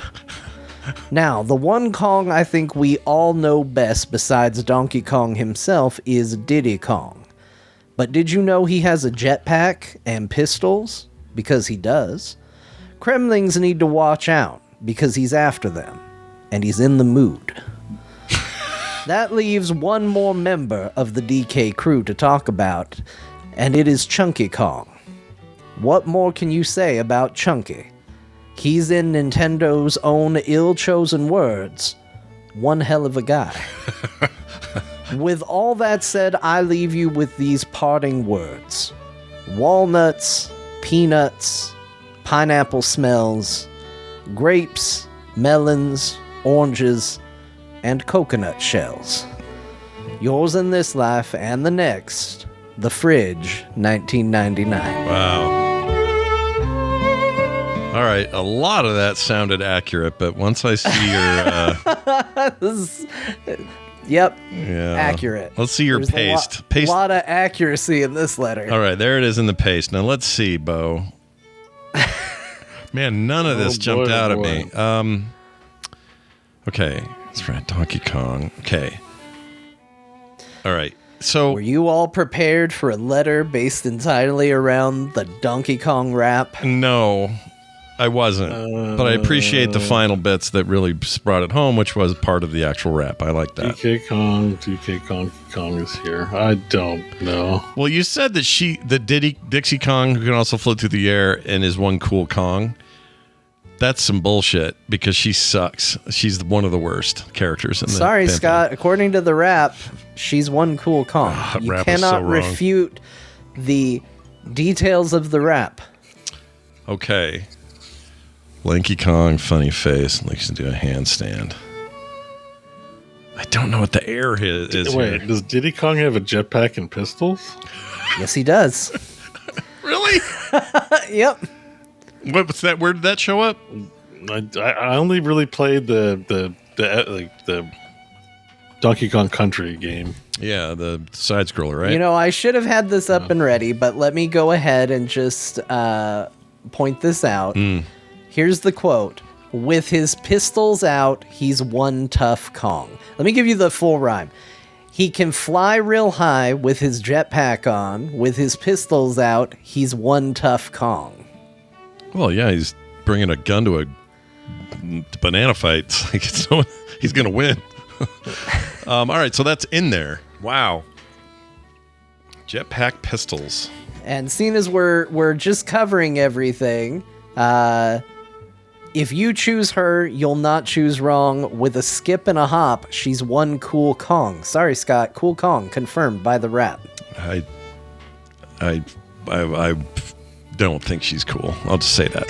Does Donkey Kong have a coconut gun? I don't know any of this. I didn't even know there was a rap, honestly. Yeah. His coconut gun can fire in spurts. If he shoots you, it's gonna hurt. It seems like that's a thing that they don't show very often. He's barely ever got a coconut gun. I haven't even seen that. Is it the whole rap that is wrong? You know what, Bo? A very good guess. And to some people, I think you deserve a point for it. But no, the rap is in fact 100% accurate. Okay. Well, wait then. What did that mean then? That meant that I acknowledge that the rap is flawed, but this is a letter about the rap, so it must be true. Oh, okay, I get it. Okay, so... Well, that's peanuts, pineapple smells. I'm focused on the part where you put like an actual rhyme, and I want to see if you screwed something up. Parting words. Walnuts, peanuts, pineapple smells. Grapes, melons, oranges, and coconut shells. Is something in the chat list? hasn't gotten it either, unless my chat's just not updating. But I don't see it from chat. Nobody's getting it this time. Nat Murphy says there are peanut pistols. They are peanut pistols. They are? That's correct. They shoot peanuts. Oh, you know what? Might be those little bastards hurt. I bet. And if you're might be allergic, my chat, because if you're seeing chat, I'm not if seeing you're it. allergic to them, then yeah. Oh yeah, you refresh your chat. Should be maybe it needs a refresh. Are there walnuts? Says Nat Murphy. Let's see. Okay, but can Lanky Kong can't do a handstand because it doesn't rhyme. If you talk about a Kong that has no style or grace, then you are looking for Lanky Kong, who has a funny face. There's the rhyme, but at least he can do a handstand. I think that might be him just adding flavor. Here's the line. He has no style. He has no grace. This Kong has a funny face. He can handstand when he needs to and stretch his arms out just for you. That's what makes him lanky? he can do a handstand. It's confirmed by the rap. Is Funky Kong in this, or did he write this rap? Do we know? It's unclear. It's unclear if he wrote it. All right. Okay, I can see the chat again. I am curious to see if Chunky Kong life isn't real. It's Cranky or Cool Kong. Chunky Kong. Is there such thing as a Chunky Kong? You know what? I've never heard of a Chunky Kong. Go ahead and guess it. Yeah, now that you say it, Bo, I don't think I've heard of that. Chunky? The character they're referring to in that section is in fact called Chunky Kong. Have we ever interacted with that guy anywhere? He's in the game. Don't remember Chunky Kong. Let me tell you about him. Finally, he's here for you. It's the last member of the DK crew. This Kong's so strong, it isn't funny. Can make a Kremling cry out for mummy. Can pick up a boulder with relative ease. Makes crushing rock seem such a breeze. He may move slow, he can't jump high, but this Kong's one hell of a guy. They say hell in that game? Nice. They do. They 100% do. That's fantastic. It's usually bitches and hoes in these songs, but they were like, "Hey, let's keep it down. Let's keep it." I my Donkey Kong knowledge. Just hold on. Absolutely. I want you to say that. I want you to make that sound one more time. No, wait. Not yet. Okay, ready and go. Did it. There you go. For those listening at home, apologies. You have no idea what we just did, but that's why you should come watch us live. All right, you guys both thrown in the towel. I think my towel. Yeah, I think my towel's thrown in. I don't know. I honestly really can't. Yeah, I'm throwing in the towel too. All right, I will tell you what the flaw is. It is in the line. We also have Dixie Kong, who can float through the air and is one cool Kong. Dixie Kong is not in Donkey Kong 64. The rap is not about her. It is about her sister, Tiny Kong. Shit. But wait, you told me Dixie Kong. I told you she was cool. That was what you were upset about. The correct guess would be there is no Dixie Kong, and then shoot. Dixie Kong does not appear until Diddy's Conquest, and that is not who is in Donkey Kong 64. Yeah, she's in the third. She's in the third game. I want to know about Diddy's Conquest. She's in the second and third game. Is she in the second game? Yeah, she's the Diddy to Diddy's donkey. Donkey. It is donkey. Wait, I've got it all mixed up then, because I thought that she was only in one of those. So the first game's Donkey Kong and Diddy Kong. Right. Then Donkey Kong, he gets captured. Diddy Kong becomes the main character. Right. His accomplice is Dixie Kong in 2. Okay, I was thinking that was then 3. Dixie Kong becomes the new Diddy Kong, and I think she gets Baby Kong. Oh, that's it. Because Baby Kong's a big old fatty. Yeah, no, you're right. That's exactly how it goes. And that third game mechanically is pretty great.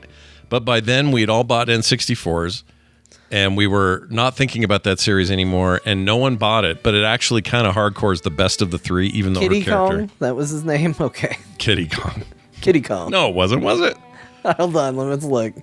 Baby Kong. It wasn't Kitty Kong. Donkey Kong. I mean, that makes sense, because Diddy, Kitty, Dixie, 3. Pity, Shitty Kong. Shitty Kong. His name is Kitty Kong. That's his name. Oh my gosh. Dixie Kong and her cousin, Kitty Kong. Wow. That sounds like something the Trailer Park Boys would call him. That's Shitty Kong. All right. Well done, John. You've stumped the world, really. Nobody got it. Nobody in the chat either, right? Nobody got it. I did see someone say it's not Dixie right as I was saying it. So, Zach, you might have been in under the wire. Nice. You might have made it, depending on how the delay worked out. But points for no one, though. That was the only person who got it. Yeah, points for 0 for people. That's all right. Bo, you stay tied yet another week. How do you feel? Is that all right with you? It's great to be tied to you. You know what? Same. Yeah. If I'm going to be tied to a guy, I could do way worse than Bo. I've seen other things tied to you. It feels like it causes a rift between us when one of us pulls ahead. Yeah. You know? So let's just be on the same. That's right. Score. We're split enough in this world. We're ruining John's game. No. You guys being tied makes it better. Yeah. Well, you definitely got me in tied position quite easily. Let's put it that way. I feel like I got away with something that day. Maybe next week one of us will pull ahead. You never know. Everything, but yeah. Yep. I'm still going to try. I'm not going to not try. My DK knowledge is, not. I know Donkey Kong Country. I played that a lot. It's in the shitter. And some Mario Kart, but that's no guarantee I know shit. Yeah. That's a big same for me. Oh, look at this. It's time to talk about the games we played this week. And guys, we didn't play anything jointly, but we did play a fair amount of games. I'm going to start this week with my list of games that I played. Although I was going to roll for initiative and I forgot. Oh, that's right. You know what? We were going to roll for initiative. I have the die. Where'd it go? I have it right. Oh, come on. Big old D20. How do you lose a D20? You'll find out soon when you step on it. And it's a big metal one. It's like not hard to see. Hold on. Give me 1 second. This is Just great. walk around a whole bunch until you feel pain in your foot. Oh, he found one. Click it. He found one. All right. So how are we? Are just gonna each? You're gonna roll for each of us. John, this week gets a +1 to initiative because you did not get. No one beat your game this week, so you get a +1 to initiative. Bo and I have 0 plus advantage. 2.5 to our. Is that how it works? You just take our score and add it to the modifier. I mean, we can. Unless there's some better score to use. Well, let's do. Okay, we'll do it this way. You and I get +1. John gets +2. We'll give him +5. Make it interesting. What if we get a plus for everything that's in our what we played? Oh, let's see. You get a +3, Bo gets a +2, and I get a +5. Also, well, only 4 of my things are really. That's true. So you'll get a +4, Bo 2, +3 for me. Okay. Yep, I like this. I'm going to roll for myself first. Oh, not great. 5 and 3. That gives me, 8? Yeah. Mm-hmm. So I rolled an 8. Scott's just going to go last all the time. That's terrible. I did not plan to roll that poorly. All right, let's put roll for Bo. Here's Bo's roll. Oh, Bo, I'm so sorry. I rolled a 2, so 4. Oh, shit. I'm surprised. That's a shocking turn. Or I guess, sorry, I didn't add the modifier, so I actually got 4. 8 plus. Oh, no, I got right. I did it right. Okay, so John, 8, here's yours. You're 8, I'm 4, and let's figure out John. John, 17. You win. Jeez. I was about to say your dice rolls really low, but you roll really high there. It can get into the double digits. Somehow. Well, good news, everybody. John finished another game, a brand new, hot off the presses game of 2025. John, tell us all about it. Hey, you don't have to. Look, I know somebody finishing a game is a difficult concept for you. It can be. So, yeah, it sure can be. It can be a bitter pill to swallow. But yeah, last week I talked about playing the Resident Evil remake, this timely release of the Resident Evil remake. I beat it. I finished it. I got the good ending. Oh, you did? Time. Oh, Yeah. that's right, because you kind of played it twice. Well, no, you played the old one. No, I played the old one and I didn't get the good ending, and now I played this one and I did get the good ending. Oh, see, that answers a question I had for you, whether they retained those ending states with the complete remake, essentially, of the game, right? They did, but the methods with which you get them are different. So the other one had a bunch of real obscure berry stuff you had to do. Sweet. You had to wait for Barry to give you a rope and say go walk in front of him. This game's a little more organic. Like, you do have to still kind of watch out for Barry. Yeah. If he lives, you're in a good spot. But so just kind of my final verdict is I completely understand why anybody who played this, especially with a fondness of the original Resident Evil, likes this better than the original Resident Evil. As somebody that was just going through for a quick experience, being like, yeah, let me try and just play through it real quick, I didn't like it as much. I think I liked the OG one better, but I think it's a time and place thing. Like, I wasn't looking for a game to sit down and master and go through meticulously. I was looking to race through a Resident Evil pretty quick. Yeah. And this game puts up a lot of extra barriers in front of you. It complicates something that, in my opinion, didn't need complicating. But if I had mastered the original Resident Evil, and then I was like, they're going to remake it, and they added all this extra stuff, I would be so stoked and I would be so excited. But that's not how I approached it. So I think how you approach a game sometimes impacts how you feel about it. And I just didn't have as much fun with this. That said, the way this game controls is so much better. They figured out a good solution for tank controls that only makes you feel weird sometimes. Plus, you can swap them, right? There's a tank option and then another, a better tank option, and then some other directional thing, right? Yeah, the directional thing is just basically you hit whatever direction the camera angle is at, and left will make you go left and up will make you go up. And then when the camera angle switches, I think probably where there's a technical hurdle, because that sounds very obvious. It's like, well, geez, why didn't they do this years ago? The technical hurdle is the game actually will continue to let the direction you hold still equate to that directionality until you release it. So okay. If you, let's just for the sake of understanding, let's say you're pushing left to go left off the edge of the screen. Yeah. But then the camera changes, and now that same direction based on the camera angle would be down. Left will still lead you down because that was the direction it meant until you release the stick, and then down will become down again. Got it. So it has like an intelligence level to it that really makes it feel good. Yeah. And works really well for the game. And it makes me think, like, if they ever go back to set camera angles, like, that's absolutely how they should do it because it plays great. Yeah. And so, I beat the game. It was good. And then I thought, well, I'm free of this Resident Evil. I've now beaten 2 Resident Evils I've never played and beaten before. I can move on with my life. What's and left?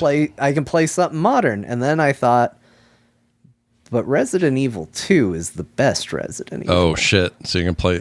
And it's right there. Yeah. It's right there. But wait, why not like Code Veronica or something else? Or did you play that already? Well, one, I don't have Code Veronica. Oh, yeah. It's not easy to get anywhere. Resident Evil 2 was literally right there. It's in my GOG folder right next to the game I was playing. And I was like, what if we just loaded up Resident Evil 2 and just said, is this game still as good as I remember it? Let's try it. So I loaded it up. I chose to play as Claire. So the Claire A scenario. And I played through it. And I beat that too, Scott. Jeez. That's insane. Oh my God. These games are shorter than I thought. Or well, I guess you could tell us. How long did it take you to beat either of these 4 games? hours. Really? That's it? Yeah. Well, if you know what you're doing and you're not scared. Well, yes, Scott. No, I get the point of that, but like, I didn't realize they were so short once you knew all the routes and everything. I thought they were longer. Yeah, well, like, I think it was 4 or 5 hours, and the game's like, yeah, that's about a C. I was like, I thought it was okay. Like, you can get it really insanely fast. You can speedrun these games incredibly quickly. Wow. This is not the modern one. This is the old one. Not the modern, the original. OG. Yeah, you just run through rooms and don't interact with any enemies, and So yeah, mark another game completed. I completed Claire Scenario A. Yeah. Resident Evil done. Resident Evil 2 done. Sorry. Claire. By the way, Claire's run through is a little obscure, and she's 33 years old. She is literally Claire Obscure, 33. That's probably why I liked it so much. Yeah. And now, Scott, I feel like I can read your mind. Not really, because if I could, you would have said it. But I've given you some guff for not having finished Resident Evil 2, the remake in your case. Well, a second disc after credits ran, but yeah. Because you only played it 50% of the way through. Sure. And now here I am. I got credits, by the way. Having played Resident Evil 2. Yeah. Scenario A as Claire beating it, and I'm on here bragging like I beat Resident Evil. And you can make the case that in OG Resident Evil 2, even more important that you play both scenarios because it's much more different. There are differences for modern, but it's even more so in the old one. So because I think that's a fair criticism you didn't make, Scott, I went ahead and beat Scenario B. Oh, shit. Too. I had a feeling where this was going. I should have noticed.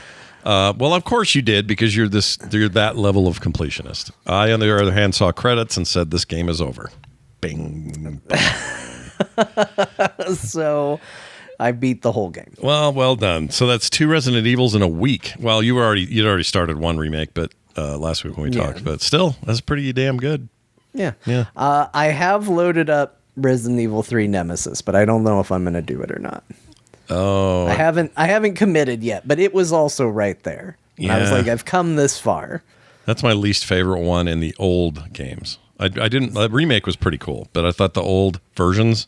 That's my least favorite of the three. I don't know where really, you because the remake of 3 was not well liked. Really, I thought it was all right. I didn't like it. Well, I played it on easy, so maybe that's why I liked it because I ripped through it, and you were there, so it was like easier. I don't like these scary games. I don't know if anyone's heard this before on the show, but there's a lot a lot of hoops I got to jump through to enjoy these things. But I thought 3. I mean, I liked it more than the old one. That's all I'm saying. I thought the old 3 was rough. But no, old 3's good. Is it?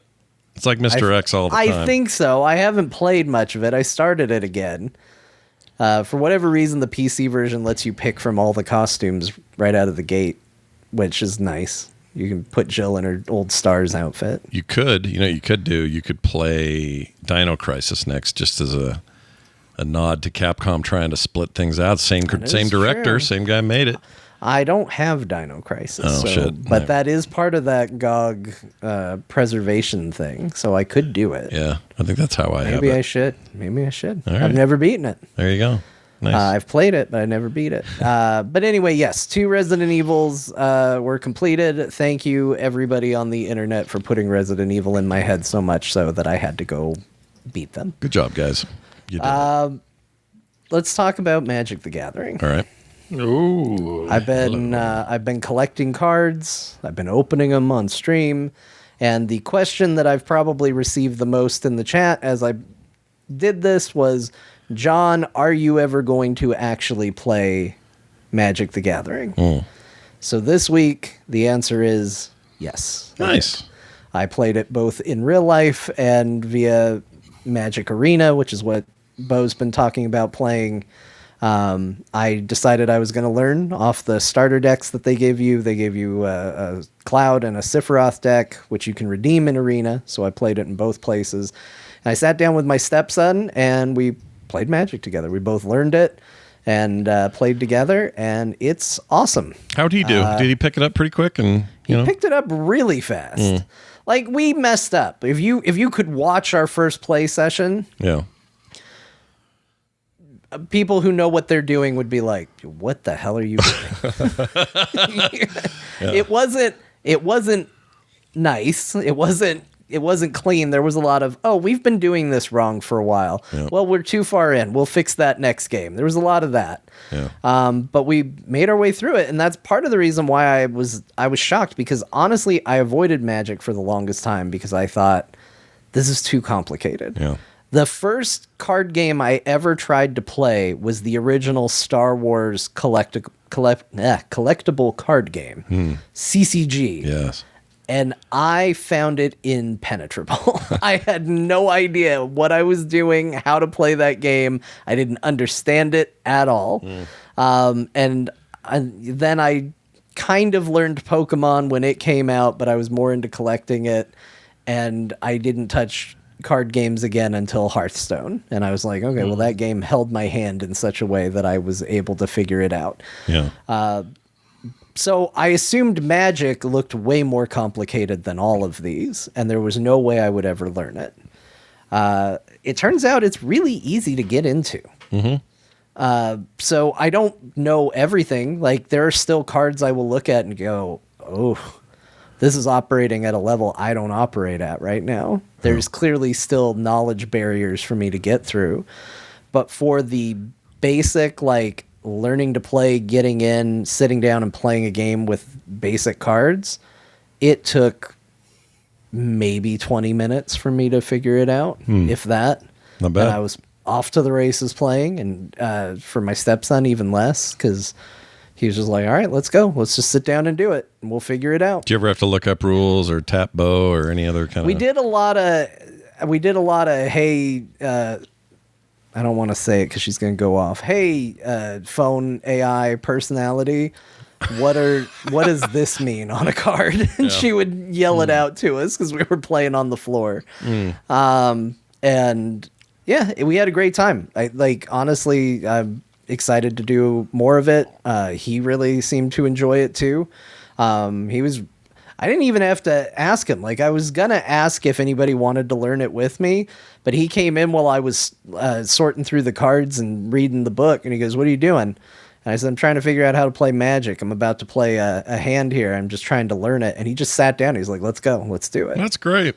So it was a really fun experience. I had a really good time with it. And it ended up being something really cool that we could do together. Any desire to show up at one of these places that has live games on weekends or whatever and play with people? I think the biggest issue there is that it involves leaving and being around other people, which that doesn't sound good. No, but I do enjoy the idea of playing it. That's why I have played Arena. One of the cool things about the starter set is I played the Sephiroth deck a bunch, and I was like, this is really cool. I really get how this works. I'm enjoying this. And it came with a code to redeem in Arena, so I redeemed it, and I can go on Arena. I can play literally the deck I'm playing at home and just have it and go. So, okay, it was. So, and they give you a bunch of starter stuff, and if you want to learn the game a bit more, there is some play versus the AI business where, like, it's like color masteries or something like that. They call it on there, so it just lets you like comfortably learn the game playing versus the AI. So that sounds cool. I played a little bit of this a couple of years ago, and then I just fell off. So I've sort of know the basics, but it's been enough time that I would not feel comfortable at a table with people who know what they're doing. I'd be like, okay, I need to. I think that's the nice thing about Arena is it really eases you in. It makes you play through a tutorial. They give you very specific like challenges that teach you about how things are done. Like, there are things where they pretend it's random, but it's not random at all. Like, you'll notice that if you lose, they will come back and say, hey, here's a tip. Counter this with this, you know? And it's like, oh, you seem to know that was in my hand and would have been perfect in this situation. You're trying to teach me right now, aren't you? Sure. So it works really well for that, and I've been having fun. I made it out of Spark rank. I'm in bronze right now with my little Sephiroth deck. Oh, fancy. And I tried tinkering with it a little bit and then realized I didn't know what I was doing. And I was like, I'm going to go back to the base one. I've gotten myself in problems. There are some nuances, like not messing up your mana base. Like if you're playing a 60 card deck, right, you want to have 24 lands in there. Depending on your mana curve, you can put less or more, but like the mana screw and mana flood is a real thing. Mana screw is when you don't get enough land cards. Mana flood is when you draw nothing but land cards and don't have any spells to play.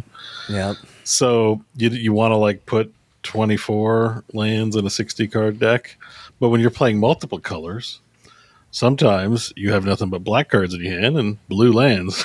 And so there are dual colored lands. They're highly sought after and valuable. And ways to like mitigate this problem, but it's a whole thing. It's a whole like aspect of the game you sort of pick up. So when you like put cards in your deck, you might have to make land adjustments as well. Yeah. There is a button in the game that's just like auto suggest lands, and you can totally just ride with it. But yeah. All right. Yeah, it's been fun. I actually found some decks that I enjoyed that were not Final Fantasy related, so it's not all Final Fantasy. I apparently skew playing a black and white deck. Every time I've played black and white, I've been like, this is the most fun deck I've played with. The Sephiroth deck is blue and white. The Cloud deck is red and white, I think. Yeah. But red and white called Boros. I know that.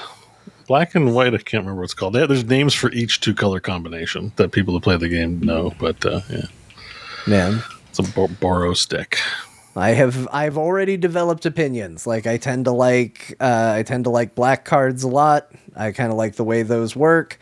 And black and white decks have been super fun. Black and blue is what Sephiroth is. That's what I've been playing a lot of. I hate red decks. That's what I've learned. Yeah. I really don't like them. They're obnoxious. Is it because you're playing against red decks when you play on the ladder? Yeah. Yeah. So the reason why you see a lot of them is they win games fast, which is their whole deal, and they're cheap. You usually don't have to buy expensive cards. Like usually it's the cheapest haste things and to the face as much as possible. Fortunately, those aren't the best decks, but you'll see them a lot at the bottom of the ladder because, it's just cheap and affordable and has a good win rate. Scrub decks. But Sephiroth is great for those decks, because when he comes out, the card that comes with the starter set, it lowers 2 attack and 2 toughness from every card on the field. So they'll feel like they're steamrolling, and you just drop Sephiroth down, and he kills all of them, and he gets buffed for it.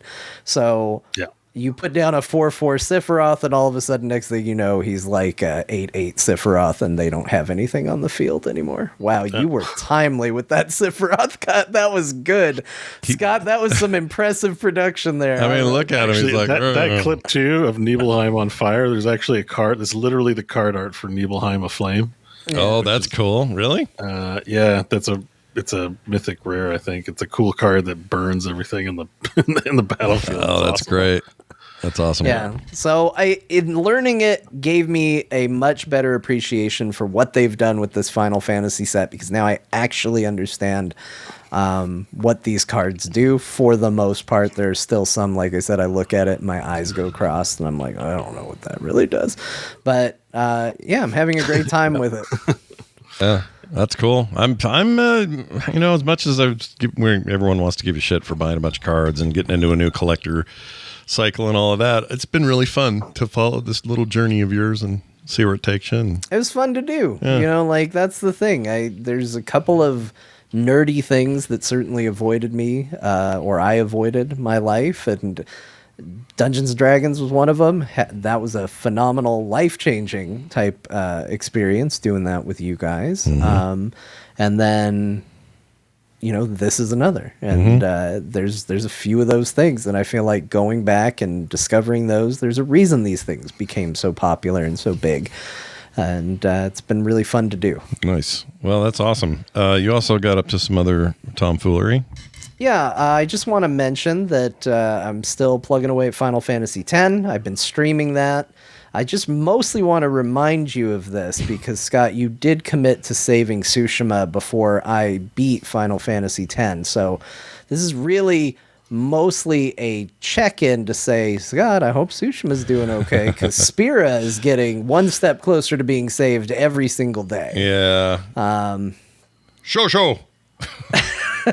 So, yeah, I've been really harsh on Final Fantasy X, and there's still things I struggle with for it, but I am starting to have the story resonate a little better with me, which I'm starting to get why this is so fondly looked at. Yeah. We're finally getting there. Only took like 37 hours or something like that. But I'm finally getting to where I'm like, oh, I'm really starting to appreciate this one. All right. Well, that's good. So percentage-wise, where do you think you're at, if you had to guess? I've heard people say that I'm about 50% of the way done, but I've looked at walkthroughs to try and see where I'm at, and it looks like I'm at the end, but I also know traditionally in Final Fantasy, you hit a point where the game just devolves into side quests and side content before you go face down the big bad. Yeah. And I'm not to that point yet. And sometimes how much time you spend in that can be insane. It can double the amount of how much time you spend in the game. So does it make I'm you not more to that yet, but I'm close. Does that make you more powerful for the bosses and stuff you have to do in the end? Is that the idea? Is you're grinding out levels? Yeah. Get everybody all powered up and ready. That makes sense. All right. Well, keep us informed on that. And as soon as you see the snow level, you'll know that you're about halfway through. So I'm at the snow level. Shit. Yeah, I'm in the snow. There's one little final note here. I don't know. How do you want to? I don't even know what this says. Just one other note in here. I got a Switch 2. Okay, so moving on. Anyway, we'll just move on to Scott. And we'll let Scott tell you about what he did. All right, fair enough. Yeah, I mean, I assume you haven't played anything yet, right? No, so I talked about hiding it in the background. I moved it where it's better seen. Oh, there it is. Yeah. I got a Switch 2. It was a birthday present, like Gollum. It was a birthday present. Although actually, if I'm like Gollum, it means I killed somebody and then said it was a birthday present. Oh, that's true. Let's walk that one back. This was actually a birthday present. Sure. I know that feeling this week. Sort of. Yeah. It was a birthday present I bought for myself and I'm being reimbursed for. Nice. But yeah, the allure of Donkey Kong Bonanza was too strong. Yeah. This game, I cannot explain why. if you don't look at Donkey Kong Bonanza and understand why this was appealing enough for me to be like, maybe I should get a Switch too, then there's nothing I can say to explain it to you. Yeah. But I absolutely was just like, I want to play this game. Well, maybe and I'll probably play Mario Kart as well. Because it came with it. Oh, it came with it. Yeah, I was going to say you got the bundle. Well, I think you're going to be right to do that. And I think even if you don't look at all the 9.5s and 10s this thing is getting, I'm about to tell you about Donkey Kong Bonanza and how frickin' good it is. All right? So you guys ready? Are you ready for this? Yeah, give me a reason to hook this thing up and contend with everybody who's going to be like, John said he wanted the system to fail. Yeah. Scott, your favorite new sound was him going the suckling at the teat sound. I do love that sound. He's suckling at the teat. I do love that. So I will just say this for anybody that's going to be outraged. First of all, we're talking about video games. Calm down. Yeah, calm down. Second of all, it is entirely possible to be against what a company's doing and still buy their product. Yeah. You may not like anybody. I don't have to like it because I bought it. I can still be critical of it, and I still will be. I still think they are asking too much money for their video games. Yeah. And yes, I understand that me buying it makes me part of the problem. You don't need to tell John. What? He knows. Why do they keep doing this? I know why. It's because let me tell you what I learned this week.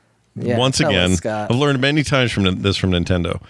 They make these brazen changes like $80 for first party, or in this case 70, but sometimes almost nearly $30 Donkey more. Kong was cheaper. It was easier for me to support. I was like, yay, it's still normal game price. Yeah, sort of. But 70 is still pretty high. But anyway, the reason I realize every time they do this, and I get mad at them for doing it, it's because their games are really effing good. Like, they don't dick around. This is not a grab. This is not shovelware. This isn't just saying, hey, we have these IPs. We better make shit. This is them going, let's make a banger, like an all-timer, and let's make it so good that when people look back on this era, they will think of this game in the same breath. That's where we're at with it. And the thing is, knowing that they will probably outdo themselves 3 or 4 more times this generation is enough to make me realize why they charge more, because they can. Because we buy this shit. And I'm not saying all of you do. Keep your emails to yourself. But, I'm with John. I can be critical of the thing, but also I could not resist this game, so I had to get it. This game is great. Donkey Kong Bonanza, I don't even know where to start. This is the team who did Mario Odyssey, which is an all-time wonderful game one of my favorites of all time. I just beat that again recently because I was so stoked to be playing it again, and absolutely love that game. And when I heard that team was doing this, I was just like sold. I just went, yep, whatever they're doing, I'm doing that. And here's what I didn't know from all the trailers. The trailers make it seem like parts of the game are destructible. Those trailers are lying. This game is basically Red Faction, but you're a monkey. Kinda, yeah. Like, your goal sometimes is to just blow up things and remove them, kind of Red Faction style, and some of these mission side things or whatever. But a lot of it is just straight up the world just needs breaking. You got to bust everything, and there's lots of ways to do it. And depending on where you are, you can only go certain depth because there's metal there, and you can't break through that metal yet. But then there are places where you can. It's kind of hard to explain, but so far, I know. And now, look, I've only played for, how long was this video today? I played about 45 minutes last night when it opened at midnight, and I played 2 hours today. That's what this video is I'm showing right now to the chat. So this is me playing, and I can tell you in that time alone, this is like Nintendo's sweet spot once again. This is going to be a game that I look back fondly on for as long as the rest of my life lasts. And I'm not that deep. The campaign's about a 20-hour campaign by most accounts. There is a massive, like Odyssey, there's a massive end game sort of collectathon, get all the achievements kind of vibe happening as well, is my understanding.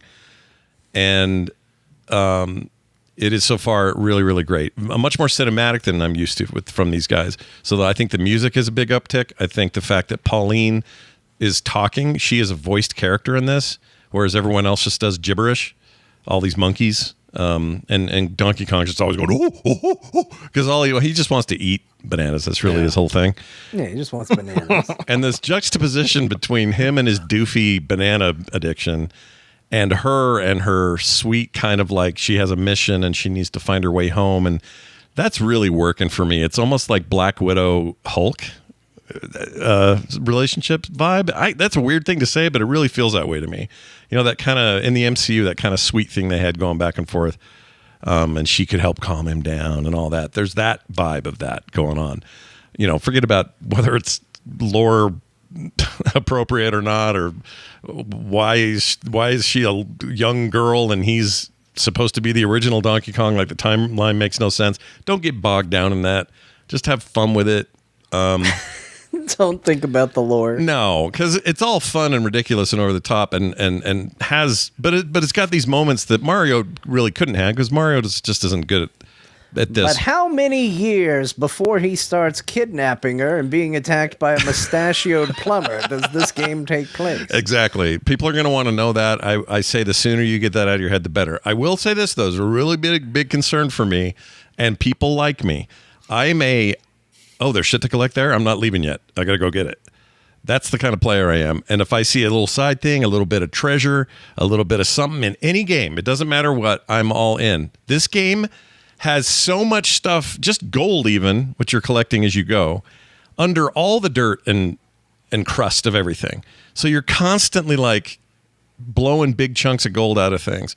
And it makes me want to go check every single block and blow up every boulder and not leave any piece of dust unturned. That's bad for me, because I will get so sidetracked when I should be focused on even a side mission, not even the main, the crux of the thing.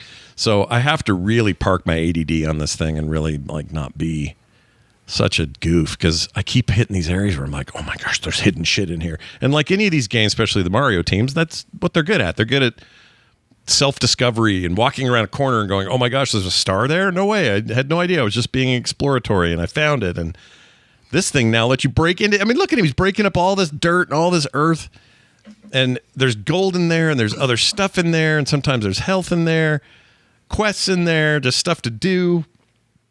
I mean, it just got completely wildly. Apparently there's some side-scrolling stuff too. There is. They recreated I haven't gotten there yet, but they apparently recreated the entire first level of Donkey Kong Country, but in this engine. That's awesome. That's pretty cool. And in fact, when you traversal stuff from a level to another level going up, you get into a barrel and fire up there. So there's a lot of like some of those nods in there. Like there's clearly like, homages happening across the board. It's like, hey, remember OG Donkey Kong and the arcade? This monkey's a little more like that, kind of dumb and dorky and humorous and whatever. And then they're like, hey, but also, do you remember the side-scrolling rare stuff? There's a little bit of that in here, and there's some homages to that all over the place. And there's also the 3D DK from the N64 game, a bunch of kind of references to that. Plus, you're in a third-person game, which is a lot like that. I thought of John today because I unlocked some pants. Here's what I didn't know, John. We talked about whether he's better naked or having pants. Yeah, we had that whole conversation. Yeah. As you see him here in this part of my playthrough, he doesn't have pants yet. But he's wearing the classic Donkey Kong Country outfit, which is a tie. Yeah, they say naked in the closet thing where you go change your skins, which is a weird thing to say, but he is naked, and except for his tie. Naked. Now, this is the truth. Here's what's cool, though. I get in there and I go find my first vendor who sells pants. And I went, I'm doing this for John. I'm buying pants. We're going to talk about it. You're not doing it for me if you bought those pants, because I don't want Donkey Kong in pants. Well, I did it because I didn't know this. The pants all have affixes and specs and stuff. So I got pants that make me swim like 25% faster in water. That's great. Just in a pair of pants. How much water is Donkey Kong swimming in? There's a fair amount in the second zone where you are trying to unplug a bunch of plumbing in there that was plugged up by the evil group, the Void or whatever they're called. Now Donkey Kong's doing the plumbing? Man, Mario's really getting forced out.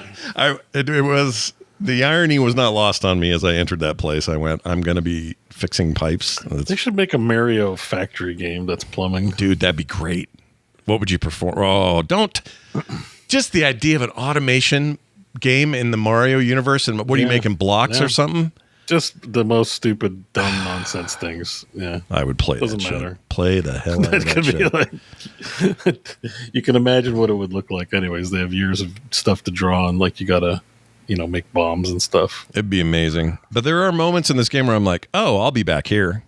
I can tell this is a place I will be back to collect things I didn't know I had. Here's a little layer in this area called the Lagoon Layer. They call them layers. You're working your way to the core of the planet. I assume it's Earth. Planet. The entire planet. But what seems dangerous. He's going to make the planet lose its rotation. That's true. But what they didn't tell you, look at these crazy graphics. This is only streamed at 30, but it's running at 60. So don't let the 30 fool you, folks at home. It runs real smooth. The only slowdown I get for this voxel-based game is when I'm looking at the map. I get a little bit of slowdown there, but it hasn't been an issue at all. Anyway, like I said, they didn't really tell you that, it has points. So you got to put points and skills and stuff. I didn't see that coming. I guess the last direct showed us that, but I forgot. But you can add a whole bunch of new skills and abilities, improve your health, improve, how far you can throw things or gather things or whatever. That's a double jump one. I was hanging on there for so long. Anyway, all that stuff's in there. And so you're on every banana you get helps get you to 5 bananas. Once you have 5 bananas, you get a skill point. You can go spend those skill points. Anyway, they just don't make it clear enough in the promos for all of this just how destructible these places are. Like you can really just go wreck everything. Just about everything with the exception of a couple of materials is you just wreck it, Ralph it. Just wreck it. Like all this dirt he's looking at, all this will go down. Oh my gosh, look at all that gold. You can do like full just deformation of everything. And it really is a game made for Scott. Oh, it like, so literally is. He's just watching his own gameplays like, so much gold. So amazing. This isn't even some stranger. It's like my stuff. And there's hidden shit. Like you can climb through a mountain and like make shortcuts for yourself, but also find some pretty wild stuff in there. Oh, this guy, the dicks with the rocks. I hate these guys. It's just great. There's probably not a lot of other detail to give other than if you have a Switch 2, you're getting one. This game's getting a lot of 10s, right? Like big 10s. IGN gave it a 10. There's a lot of controversy about that because IGN gave a 9.5 to Claire Obscure. I don't think people should freak out because it's different reviewers. It's different category of game. I don't know why it matters to people, but it's extremely bizarre. People get really hung up on review scores. Like, look, this game, I was so excited for this game, I got a Switch 2, despite not wanting to do it. Yeah. That's how excited I am for this game. Yeah. I will almost guarantee you this can be better than I think it's going to be. And there is almost a 0% chance that this beats Claire Obscure for my game of the year. Of course not. Yeah, exactly. You don't have to compare them. People want games for different reasons, and games are going to speak to people for different reasons. Like, don't fret about it. Yeah, don't freak out. Just don't worry about it. And that includes, sometimes it's the same person who needs the different, like you'll see in a minute, I played this and automation games this week. Like, they couldn't be more different. And that's fine. Play what you want to play. And then if you like a game a lot, do not rely on everyone else agreeing with you for you to have the best possible time. Just play what you want to play. Anyway, this game is great. If you liked Odyssey at all, it's a must play. If you like Donkey Kong in general, it's a must play. If you like Nintendo's brand of crack, this is a must play. Cannot say enough about it. I am going to be hard pressed to not have this at least in my top 2, if not my first place at the end of the year. Now, I know I need to play Claire Obscura to get the full meat of what that game's capable of. But if we had to pick today, this would come real close. And I'm only 2.5 hours in. That's how strongly I feel about it. It's a very, very cool game, and it's a reason to get a Switch 2. I know you're saying to yourselves, but they're so expensive, and I'm not going to support them to do that. Fine, don't then. But this is do what I did. So good. Have a birthday and make sad puppy eyes at everybody you know. Well, that's what I did today for this game today. I said last night, I said, Kim, you guys are not allowed to get me anything. Speaking of, isn't today your birthday, Scott? Oh, yeah, today's my birthday. Happy birthday to me. all this birthday talk. Scott, happy birthday. Thank you.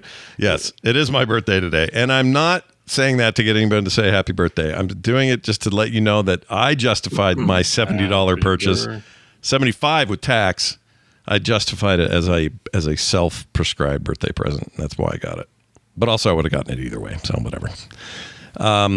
Anyway, it's great. I can't say enough about this game. John, you have every right to be excited. It is inventive as hell. Yeah. Paced really Mine well. Got here while we were doing the first part of this show, so the Switch is getting hooked up, and this is going to probably be my evening. And you can see how distracted I got early in this level. I'm just digging for shit, and I'm not paying attention to the main thing. If you're prone to like going off course, this game loves you. This game wants to know more about you and your life because it wants to distract the shit out of you and make you do some wild shit and find some crazy holes but still not have it feel like it's a mess, like you don't know where you're going. It's really good at all that. It's a game about making you want to find some crazy holes, as if I wasn't already in. There you have it. I was trying to find this stuff where she shows up because there's a whole cutscene where the rock turns. Yeah, she's still a rock there. Oh, here it is. So basically, Donkey Kong in this scene right here, he starts pounding his chest. You have to do it. You tell him to do it. And this affects this wrapping around the stone, and then boop, out comes shoeless Joe there. Out comes a character significantly larger than what she was in just a moment ago. Yeah, very strange how that works. But then there's a whole thing about her singing voice and how that will help you find your way. It's very symbolic, but it literally tells you if you're lost, like your objective's that way. So it's open worldy, but not. I mean, really, I'm not going to say it's a lifting of the systems in Odyssey, but it is clearly benefited from. Why is that up? From some of the best parts of Odyssey, and some of the best parts of Odyssey are that kind of open world mixed with the more linear quest, and it's just great. I can't say enough about it, and I can't wait to keep playing it. And I played it only on television mode because I streamed it. I'll let people know next week how handheld goes, but really good so far. Oh, I got a new controller too. This was also for my birthday. I was trying to find a good Pro 2 controller alternate because I didn't want to spend money on the Pro 2 because it's just so damn. It's like $100, and I was like, "Is that really that good of a controller?" And I found this one made by what's the name? Shoot, kind of important to know this if I'm going to recommend it. Oh, here it is. It's 8-bit too. Goulikit. Gulikit. It works with PC, phones, and all that stuff if you want to, and also the Switch too. And it's heavy. It doesn't look like it, but it's kind of heavy. It's shaped like an old Sega 6-button controller, except it's the 4 facers, and it's got 2 joysticks, obviously, or 2. And these are Hall Effect, which is already better than the Switch 2 Pro ones are not Hall Effect, which means they'll never have drift. And the D-pad's really good, and I'm loving this thing. So big recommendation. And it was only like $39, something like that. Very happy with it. Wireless, all that stuff. So anyway, there is that. Oh, it will not start the console, which is the only one that I've found that will, is the Nintendo one, which is probably why they made it happen that way. But if you just hit the button and pick this up, you're good to go. So there's that. All right. What else did I play? Shapez 2 with a Z. With a Z. I've already talked a lot about the game. Nothing new to say here, except for if you are into automation games and any of them have caught your interest at all, there's a ton on sale right now, including the big boys like this one's on sale. Shapez 2, that is. Satisfactory's on sale. The one Bo and I really like, Dyson Sphere Program, also on sale. Whole bunch of sales going on, and some new stuff I didn't know existed, so I picked a couple of those up. I'm excited about all that because I love me. Have you played City of Industry before? No. Is that or is it Captain of Industry? Is that the one? Maybe it's Captain of Industry. Yeah, Captain. Yeah, that one is on sale, and it's on my list to maybe grab. I was looking at it, and I'm like, It's 30% off. Yeah. People rave about it. Apparently, I own most of the ones I'm already interested in that aren't out yet. For that sale, except this one, I was like, it's been in early access for 3 years. Yeah, so they've been really working on it. High 90s. It looks cool. Yeah, I was like, they just added a bunch of train upgrades that are supposed to be really good. I did a bunch of back reading on this. Apparently, the thing that sets it apart from others is both challenging and rewarding, but a higher amount of challenge about what you put down. Like a lot of these games are like, oh shoot, I should have put a path for this, conveyor belt this way, not this way. I'll delete it real quick and I get all my stuff back and then I'll redo it.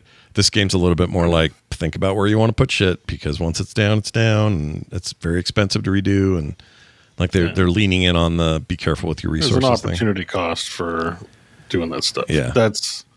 I feel like that's the deal of it, where it's you're a captain of industry, so you better act like a captain. Yeah. And there's deformation of like terrain. Your miners actually cut into your mountains, and slowly those mountains, they're a finite resource. Right. Well, they probably ruin your ability to construct other things because you're polluting. It looks like, we're going to hasten the pollution of the planet by being a captain of industry. Yeah.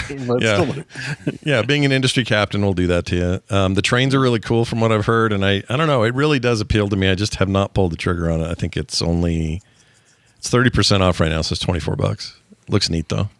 Yeah, might be one I end up with. I looked at and was like, But the whole sale is, there's a lot of great stuff in here. Like, I own most of it. That was the only problem. Like all the ones I was interested in, anyways. Yeah, there's Satisfactory. I have Factorio, Shapes. This one looks interesting. Kaizen it's from those people that made. It's Zachtronics. It's that one. It looks John like Opus Magnum. Opus Magnum. That's it. Yeah, but it's putting like toys and cameras together. Yeah, you have so many moves, so many parts, and you got to put the TV together. You're like a 1980s Japanese conglomerate. Is the story, if you want to call it that. Opus Magnum also on the list, so in case you play that one. No, there's like a lot of like cool things, but I was I don't know, that it was just the one that really jumped out at me. This one jumped out. I didn't grab it, but it's interesting. This is brand new. It's called Moatmancer. It's basically Factorio fantasy, but you're harnessing like magical materials, and you're a little wizard guy, and that seemed kind of neat. It's reviewing pretty well. My problem with that is I haven't played enough Factorio to justify playing the fantasy version. Yeah, good point. I'm like, it's weird how you have tastes. Like, I lean towards Dyson, even though I like all the other ones. Yeah. I'm like, I want to play. I like the way Dyson plays. Dyson's my game, and you like the way Shapes plays the best out of all. Love the way Shapes plays. There's just kind of this weird preference you sort of get to the UI, or even though I like them all, there's like always one I'd rather play over the other ones when it comes time to sitting down and playing them. The best building one for when you're just a robot trying to make your basics and you have to build a lot of the materials by far is Dyson Sphere, because it's got the ingredients, if you have them, even for a more complicated item, it will go ahead and make the lesser items for you first, then finish the final item. Whereas Factorio, you got to make the basics, then make the next setup, and then go and make the final thing. And it's just a lot of fiddly sort of hand-holding. Whereas in Dyson Sphere, it's like you need a water purifier, hit that, and if you've got all the other sub-parts, like if you're making a cake, I want to make a cake, and it would go to the store and get the flour for you, and then it would pull the other thing. You can fabricate anything in your inventory. Right. I mean, like, yeah. I like that a lot. Yeah, because you can fabricate everything on the conveyor belts, but if you just happen to need I need an electrical pole, I don't have a setup for it, you can just make it. Just make it. If you got the raw guts, you can just make the damn thing. Especially if you're on another planet and your things where you make it is a different planet, you're like, you got to fly all the way back to this other planet. Yeah. No. Yeah. So anyway, it's a good sale though if you're into that shit. So go check it out. And that is all I played. Oh, no, that's not true. You got to hear about this real quick. I'll make it fast, though, because it's not that big a deal, but I think this game is rad.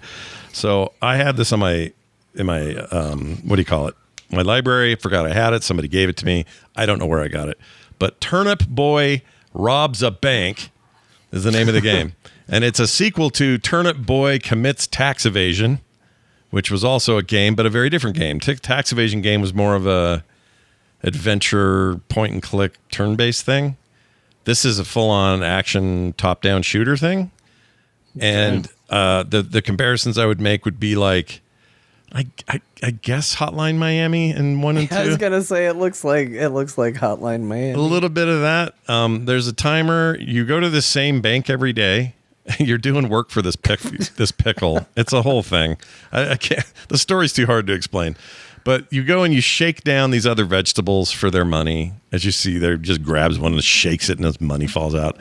You also break stuff that has money in it. You pick up new weapons like this fish. He's now hitting people with a fish. And your like mob boss Pickle back home is gonna pay you for all your work if you can come back with the stuff he needs you to steal. Every time you go in, you get a little bit better, a little bit more stuff going on because you've earned more and you can spend more on upgrades. So, roguelikey in some of those ways. This thing had 100% rating, and I was like, what is going on with this game? I need to know more. So I started playing it. Holy shit, you just can't put it down. It's just like embarrassingly addicting. And see those like statues he didn't touch? His next 2 or 3 runs through there, he'll get to dismantle those and get way more money. Then he can extend timers. He can extend his life ability. He can take on more dudes. When the timer runs out, the police show up. They start sliding down, cables and ropes to get you, and you got to fight them off and not die. Make your way back to the escape truck. Rinse and repeat. It's an adorable, ridiculous, awesome little game. It's great. So, also on sale right now, I believe. It is called, once again, Turnip Boy Robs a Bank. And Turnip Boy, I didn't play the first one, so I can't really even speak to it. I just kind of know what it was. And apparently that's beloved also for whatever subgenre it plays in. I can't wait to see what they do next. I have no idea. I heard someone say Endless Runner that was free is coming from them soon. Which is a weird thing to say, but also I'm kind of curious because so far they're weirdly impressive. And look, you're talking to a piece of watermelon. When else do you get to do that? With a hat. And you're a turnip. Anyway. Well, his name's Kiwi, so maybe he's a kiwi. Oh, he's probably a kiwi, yeah. But you'll run into all kinds of fruit, different fruits and veggies and whatnot. I don't mean to alarm you with my detective work. But. It's pretty good. It's pretty good. All right, that's what I played this week. Bo, you rolled the lowest. Let's dive into Death Stranding. It continues. Okay.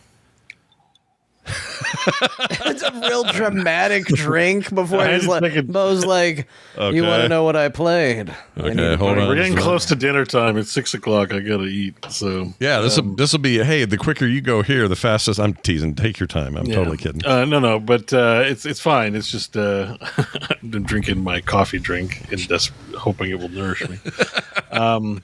Yes. So this week I don't have too much to talk about because I played. The continuation of games that I've already been talking about, notably Death Stranding, and I don't think I tilted too many people with my comments last week, but I have some updates. I didn't finish the game, surprisingly enough, even though I put quite a few hours into it, because I've learned some stuff about this game. So there's some developments, some things to talk about. I've sort of found a spot where I can appreciate the enjoyment of the game.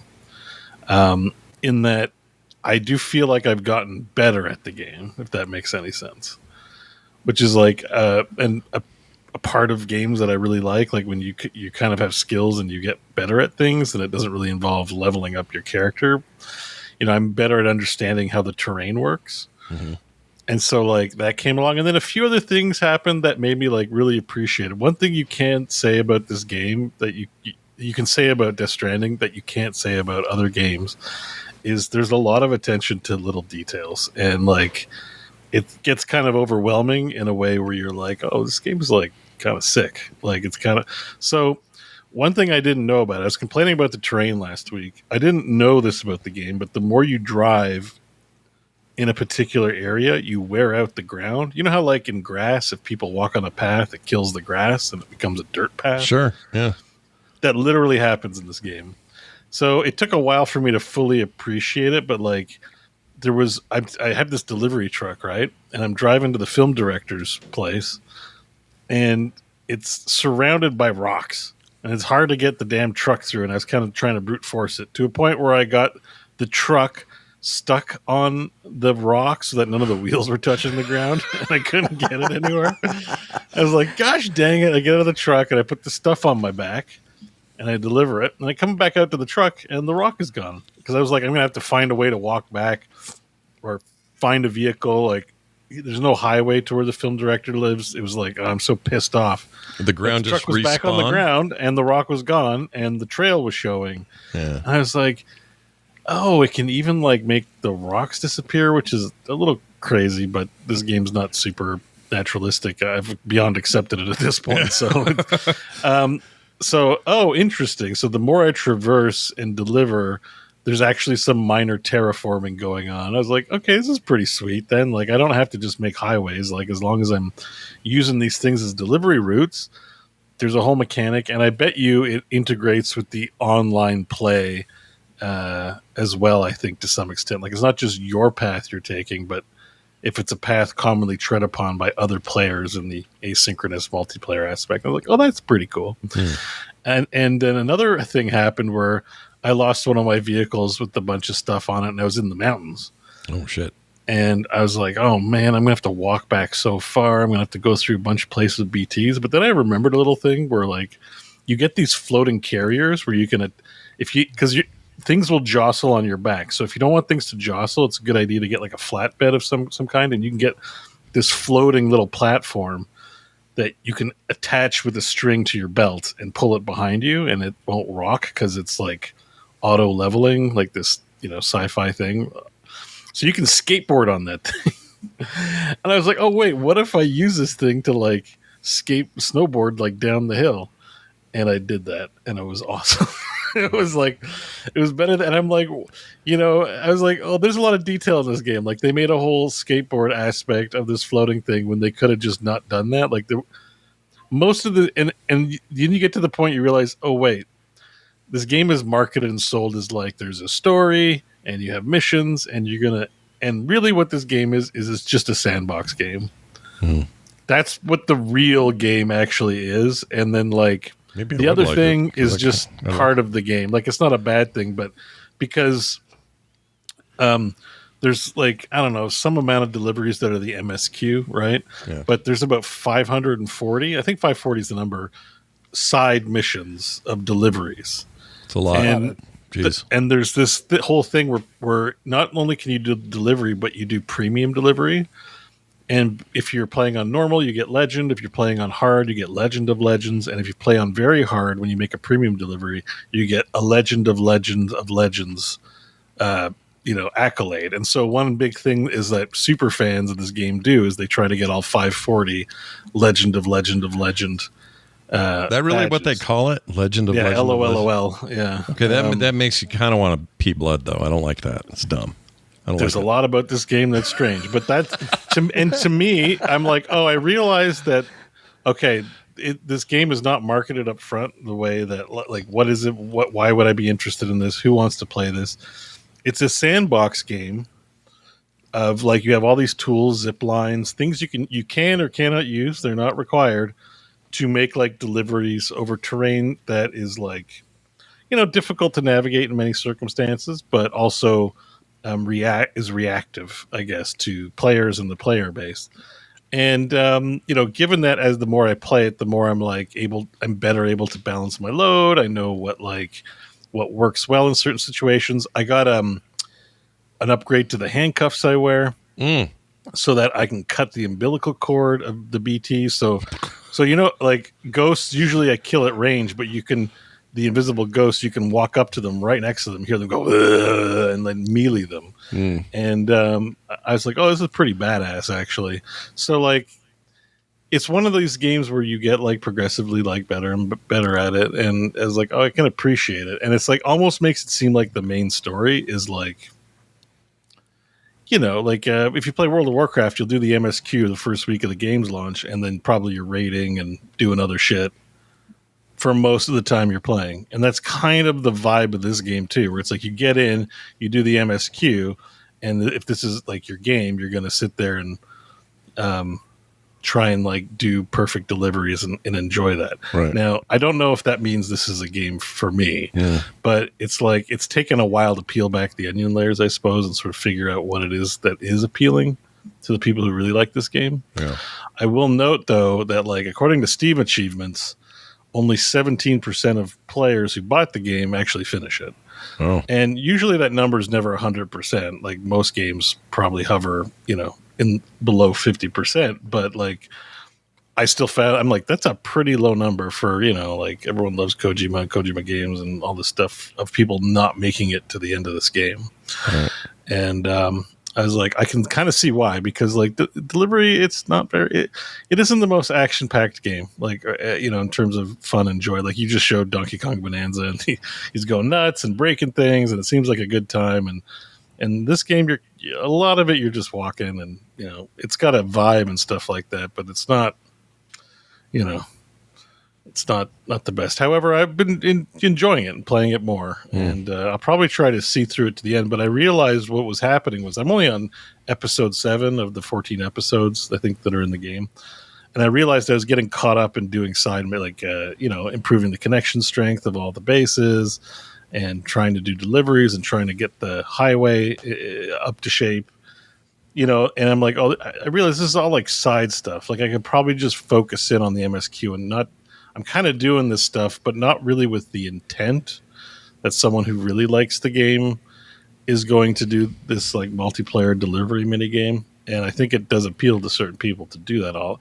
Like in the way that I'm a person that finds Night Rain super appealing. Yeah. So I've done all the achievements and done everything, but the majority of people won't. I can see that there'd be people who'd be really into this video game who would do that. And I again don't think this is a game that's for everybody. It's very much not for everybody, even though maybe intellectually you're like, he's great and there's lots of stuff to appreciate in this game. But I found fun things to do. Like I said, I really liked the snowboarding I really liked that I was stuck in the middle of nowhere and then I could use this thing that's for one thing to do a secondary thing to conveniently get me back to where I needed to be so I can get a new car again, which was skateboarding on the highway down a hill. And I was like, oh, that's pretty cool. Let me ask you a quick question. In Death Stranding 2, this is in all my video feeds that I check, TikTok, freaking YouTube shorts, it keeps popping up. And somebody said this is in both games. I'm going to play this, and you tell me if you've seen this. Okay, so here's some video for everybody. I'll go full screen. Here you go. For some reason, Kojima's in the sky. I don't know what's that about. But I have not seen Kojima in the game at all. So here we go. I'll play it.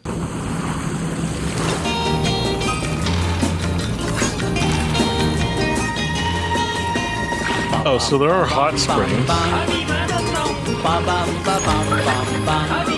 This is the whole thing. So there are hot springs, but I haven't gotten into one yet. So what? I didn't realize there were. Apparently you've been missing out because apparently. But I did I got drunk off Timefall beer, and there's a whole thing with that. So the little doll singing. As exciting as this. This little doll sings. So I think the dolls are only in 2. I haven't met any talking dolls like that in the first one. Although there are a few around Mads Mikkelsen's character. I did another World War II scenario. Yeah. And that was a whole thing. It had dolls in it. It's really weird. Like this kind of stuff. Here. Oh, that seems like Death Stranding 1. I just haven't been to maybe there's a doll when you go there. I haven't been to one of these. I'm probably gonna try and play some more, and get to the end. But I just found I was watching World Series of Poker while playing, so I found I was doing like non-story stuff, and while splitting my time watching like the stream, and it was like, I just realized, I could be doing deliveries forever in this game, like. There's so many deliveries, and I've done like at least 1,000 because I got an achievement, I think, for doing 1,000 deliveries or something like that. Nicely done. But it's just not that exciting. Like I've been kind of playing it just to play it, but I just don't. There's a part of my brain that's like, oh man, I want to make some premium Legend deliveries, and I'm like, this is going to be very time consuming. And you'd like to get to some other video games this year. Sure. And doing all of that stuff is going to be very time consuming. It's for super fans of the game, of which you don't sound like you are. So I think I'm just going to try and hit up the MSQ and finish it. But I do have to admit, like, it's like I put a lot of hours into it. I think I put 60 or 70 hours into it. It's like, clearly I'm getting something out of it. Yeah. So, yeah. I'd like this game to come to PC sooner than later. The second one, because I do think I want to play the second one. I don't think I want to go through I think you'll get a kick out of it. I don't think you'll be a long-term player of it, though. Well, I think that's not because I have any kind of reputation for hopping off games too early, but... No. But I think you will get a kick out of it. Like, I think realizing it's just a weird delivery game. Yeah. it almost might be better to just play the first one so that you learn. I don't know what the onboarding's like in the second one. If they just like... They're just so much better reviewed for the second one that it just makes me think, why would I even bother with the first one? But I guess I'd have to understand what that means. Also, I found out that the story cutscenes are 30 hours worth of content. So sure. There you go. I mean, you're going to spend at least that long watching stuff. Mm-hmm. They spend a lot of time explaining things to you, but like some of the missions, like I said, some of the missions are very inventive and cool. And like I had this one encounter with a BT that was like a boss encounter, and they're basically like run, I'm carrying Mama on my back. She's like, run, Sam, run, and then Die Hard Man's on the thing too. Like, that's a strong BT. You need to get out of there. But like, I keep I'm always stocked with like 20 hematic grenades, and I'm like, I'm not going to run. I'm going to fight this thing. And I fought it and took it out. And everyone was like, oh, wow, that's super impressive. You took that out. And I'm like, I wonder, I don't know what the scripting's like. Like, can you run away from it and live to see another day? Clearly, that monster shows up again because I've been caught by BTs and seen the boss later on. Oh. But I did stay and fight it, even though the game was telling me to run away from it, and managed to kill it. So I don't know. I wonder if, to what level that was scripted, or I did a cool thing, or I didn't get an achievement or anything, but it felt like special. Like, oh, everyone told me to run, and I totally blasted that BT into outer space. I love the name Die Hard Man. It's like Bruce Willis or something. Such a weird thing.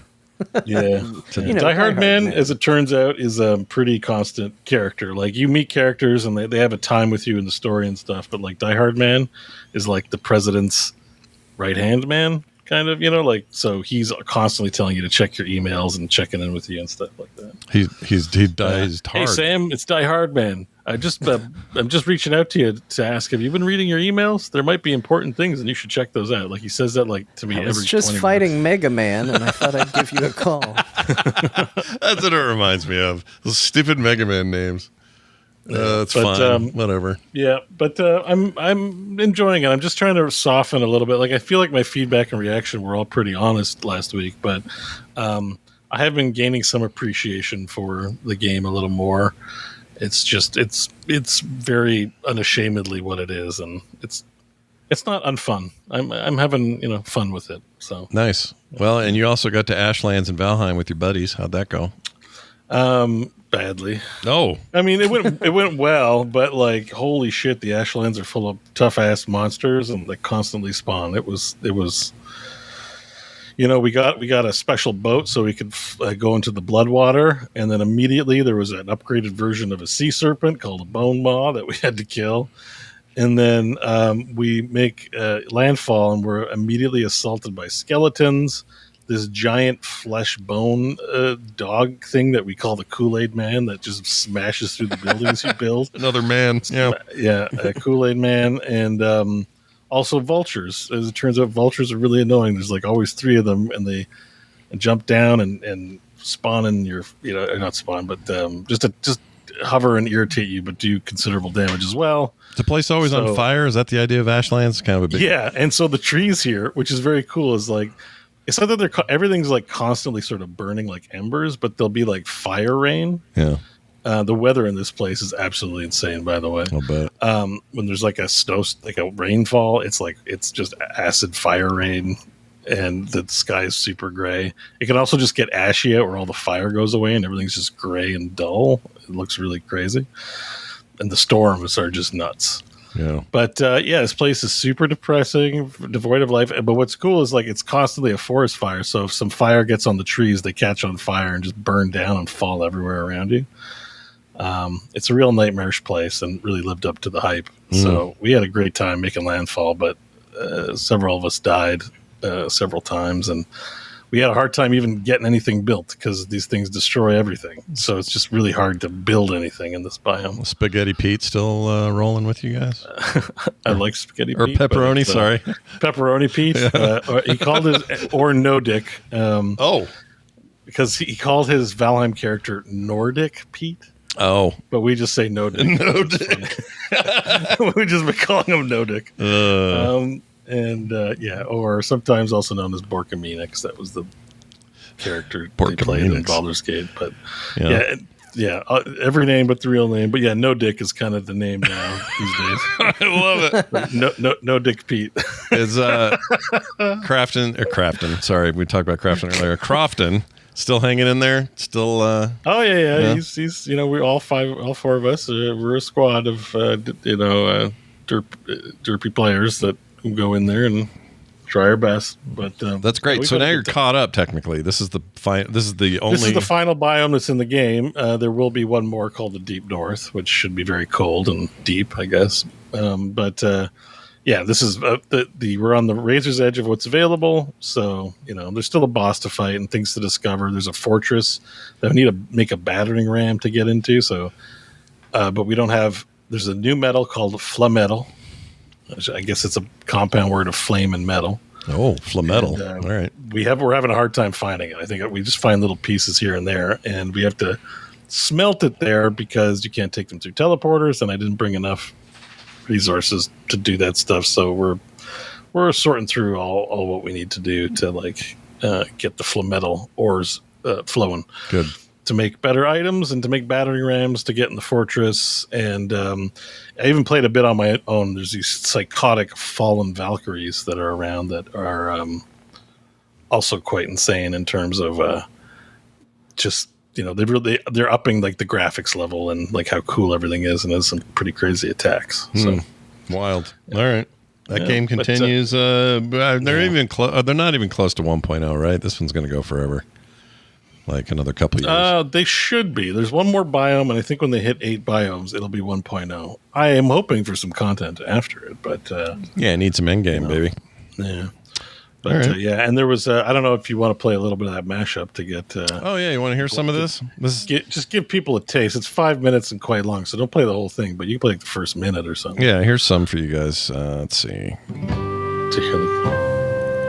There's some nice music here. We don't want this to take all day because we're landing on Ashlands tonight. Are you making stuff, Borkamina? Because I don't know what I'm doing. No, don't do that. Just be patient. No making fun of Krafton this time. No, just make whatever you want. Yeah, I've jumped off lots of stuff. No, there's no don't rush. I'm just saying no dick. Here's a breastplate. So we're going to the Firelands. And Steph Vembers probably ain't going to do shit. Here is a helmet. Awesome. It's on the ground. Take your helmet. Check out my sweet TikTok dance.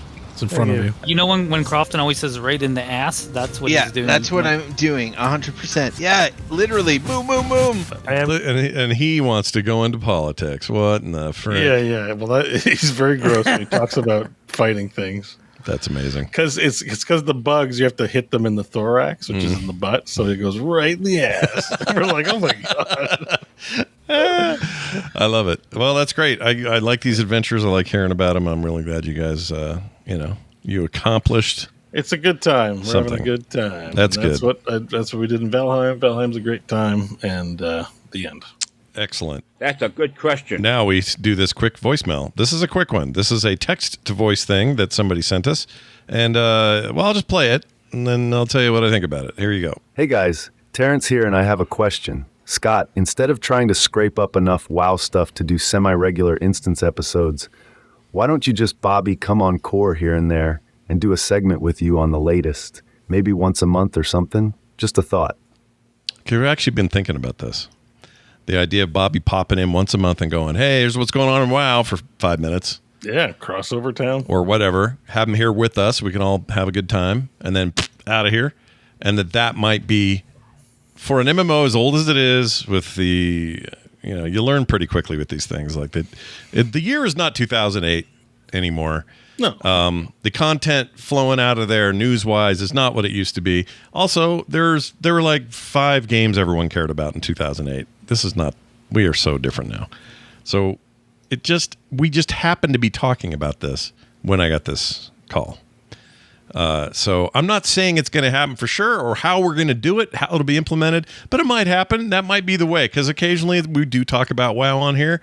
So if something big happens in WoW, why not? Well, Midnight's on the way, and 11.3 is on the way. I was thinking of rating for 11.3. Are you going to play? I don't know. Maybe.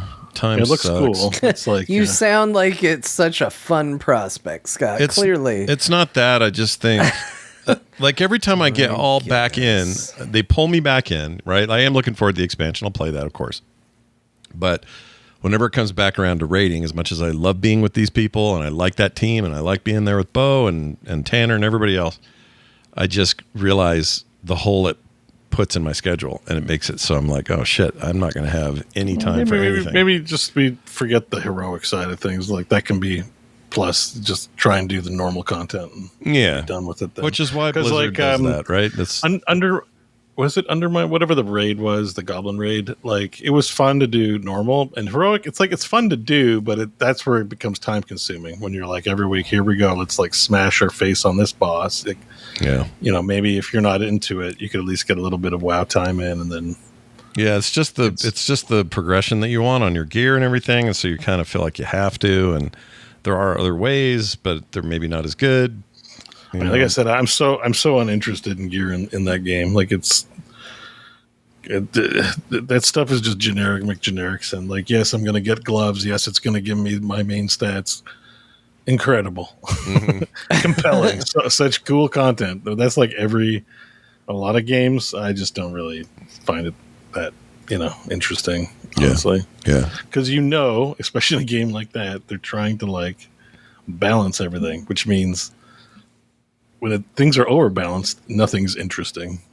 Yeah. You know what I mean? Yeah, like, I agree with that. It's like I feel WoW's been like that for a very long time, at least in terms of gear. So I don't really try to get into gear. It's like, is it better? Great. Do I do more damage? Awesome. Also, now we don't have to know how to play our classes. You can just do the one button. Oh, right. Yeah, they've made it easier. Button. You can probably play with a controller now. Just press X. Yeah, that whole thing. Yeah. Anyway, who knows? I don't know. But Bobby and I are talking about what we want to do next, because the whole idea is what we did with those 6 episodes was exactly what we planned. It's like, let's do a little quick season. Let's see how it feels. Let's feel it out. See what this is like compared to what it used to be. And at the end of the day, it's just different now. It's just different now. It's just not going to feel satisfying if you're not playing it. Like, how do you cover it, right? Like, yeah. And as much as hardcores out there are, craving information, craving discussion around the game and all of that, I understand that, but you are not a dying breed, but there are less of you now. It's just, there are. Like, core continues to grow like crazy, which floors me. The instance coming back should have been a huge deal for a lot more people, and it just wasn't. It wasn't because it wasn't good. It wasn't because the information's not good. It's mostly down to times have changed. What if you did? This isn't 15 years ago. Oh Lord, no. I've got a co-host for you. Oh gosh, for that show. I mean, if I ever did it with anyone, if that was ever on the table, obviously John's the perfect guy to go to, no question. But I don't know. I wasn't thinking of John. I was thinking of Bobby. Oh, I'm just kidding. I mean, if you're talking Final Fantasy, I know no bigger fan than John. But for sure. I don't know, man. It's just it's a weird thing. My relationship with WoW, I get all wrapped up in the hype. I come and I play like crazy when new expansions come out, and then I just peter. And I don't know. I don't know about. I think a lot of us. No, are like I'm that. the same way. I don't think I even finished the MSQ for A War Within. I don't know, because I feel like that story ended on such a shrug. Like, I know there are people who disagree with that, but sorry, that's what it felt like. Well, day one was definitely a shrug. I wasn't even sure if I was done. I was like, did I? No, that first week was not. I mean, I'll go ahead and just come out and say it. They were not done, and when they did the next patch, I was like almost surprised, because I went, oh, okay, that's what you meant to do, not that thing last week that was a really terrible, like you said, shrug at the end. Like, that wasn't great the way that played out. So I didn't even finish that. There's a part of me that goes, I'm done with WoW, and has like made my peace with that. But I do know that Midnight is elf focused, and that's always been a part of the lore I've liked. So there's part of me that's like, well, maybe I'll get back in on it. And then the other thought on that is, well, that's then followed by the big finale, right? Like, of this story arc, whatever's coming, be it WoW 2 or somehow more WoW, whatever's coming after that. But it does feel like, well, I was there for the beginning, I should be there for the end. Mm-hmm. And so there is a part of me that's like, I can see 2 more on-ramps for me with WoW before I say, like, I'm done, shut it down. It always feels good to come in and play. Like, I still stand by as much as I have found fun in other MMOs, WoW is the most fun to just sit down and goof around and run around and get shit run up done, and stab something and do something. In. I agree. This is not us, by the way. None of this is us talking smack about the state of the game or anybody's enjoyment of it. It's just 15 years ago is different than it is today from a coverage standpoint. Media standpoint. It's not what it was. I'm sorry. It just isn't. It's 20 years old. This is the way this stuff goes. We should be surprised that it's got the legs it does have. Trying to bring back the glory days of the vibrant news cycle of World of Warcraft. We're just past that. And also the way we consume that content. That's another thing. True. Yeah. Most of this stuff is YouTubers. Most of it is down to about a dozen of those guys.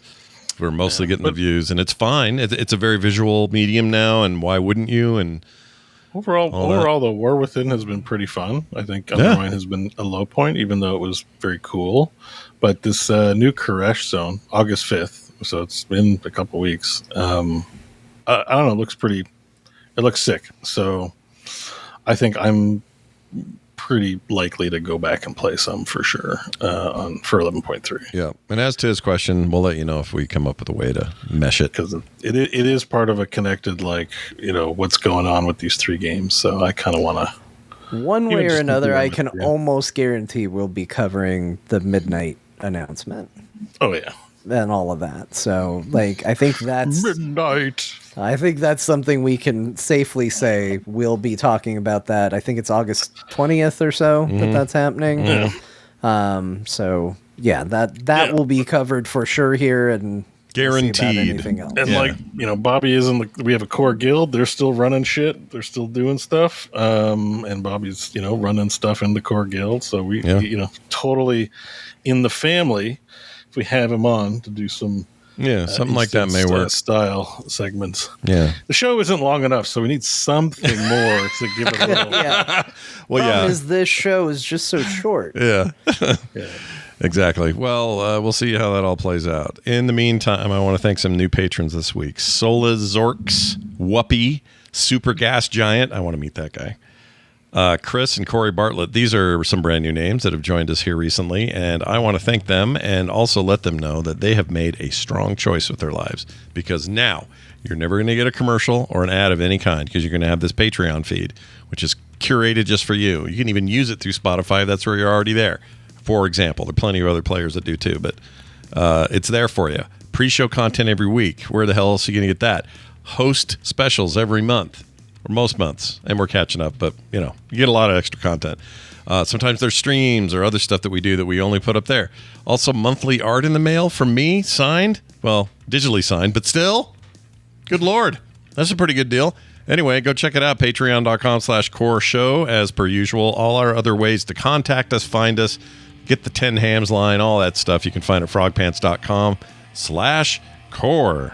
Now we have but one thing to do, and that is to give Grandma the mic and tell her from her easy chair, please remind us what games we played today. I hear you. You need to know what they talked about because you wasn't paying attention. Too busy playing your video games. Well, pay attention now because an old person's talking. Oh. In reverse order, Valheim, Death Stranding, Turnip Boy Robs a Bank. That's a game, not a statement. Shapes with a Z2, Donkey Kong Bananza, Resident Evil HD Remake, Resident Evil 2, back when it was a PlayStation game, Magic the Gathering, the card game and arena, Final Fantasy X, and you're going to Switch 2. I love how quick we're just running over that Switch 2 purchase, but it's fun. You got to try some other games. I need to know, I guess you have to spend money. Never mind. Well, you can try your old games and then, I guess so. I was just thinking, what does Cyberpunk play like? Oh, right. Do? Yeah, go throw, John, just throw $70 at another copy of Cyberpunk and let us know how it runs. That's silly, but, Heard really good things about that version, though. It's supposed to run like a champ on there. Anyway, that's going to do it for us. Thanks, Grandma. Thanks, everybody, for listening. And if you have any thoughts, feelings, or questions, please keep those coming. The website, once again, has those. Until this time next week, have a good one. And we'll see you then.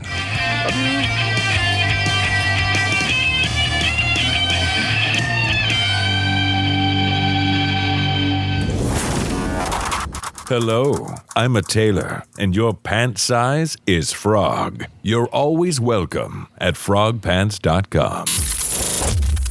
Oh, I was going to find a bow. Oh, here it is. Where is it? And my brain is like, well, I forgot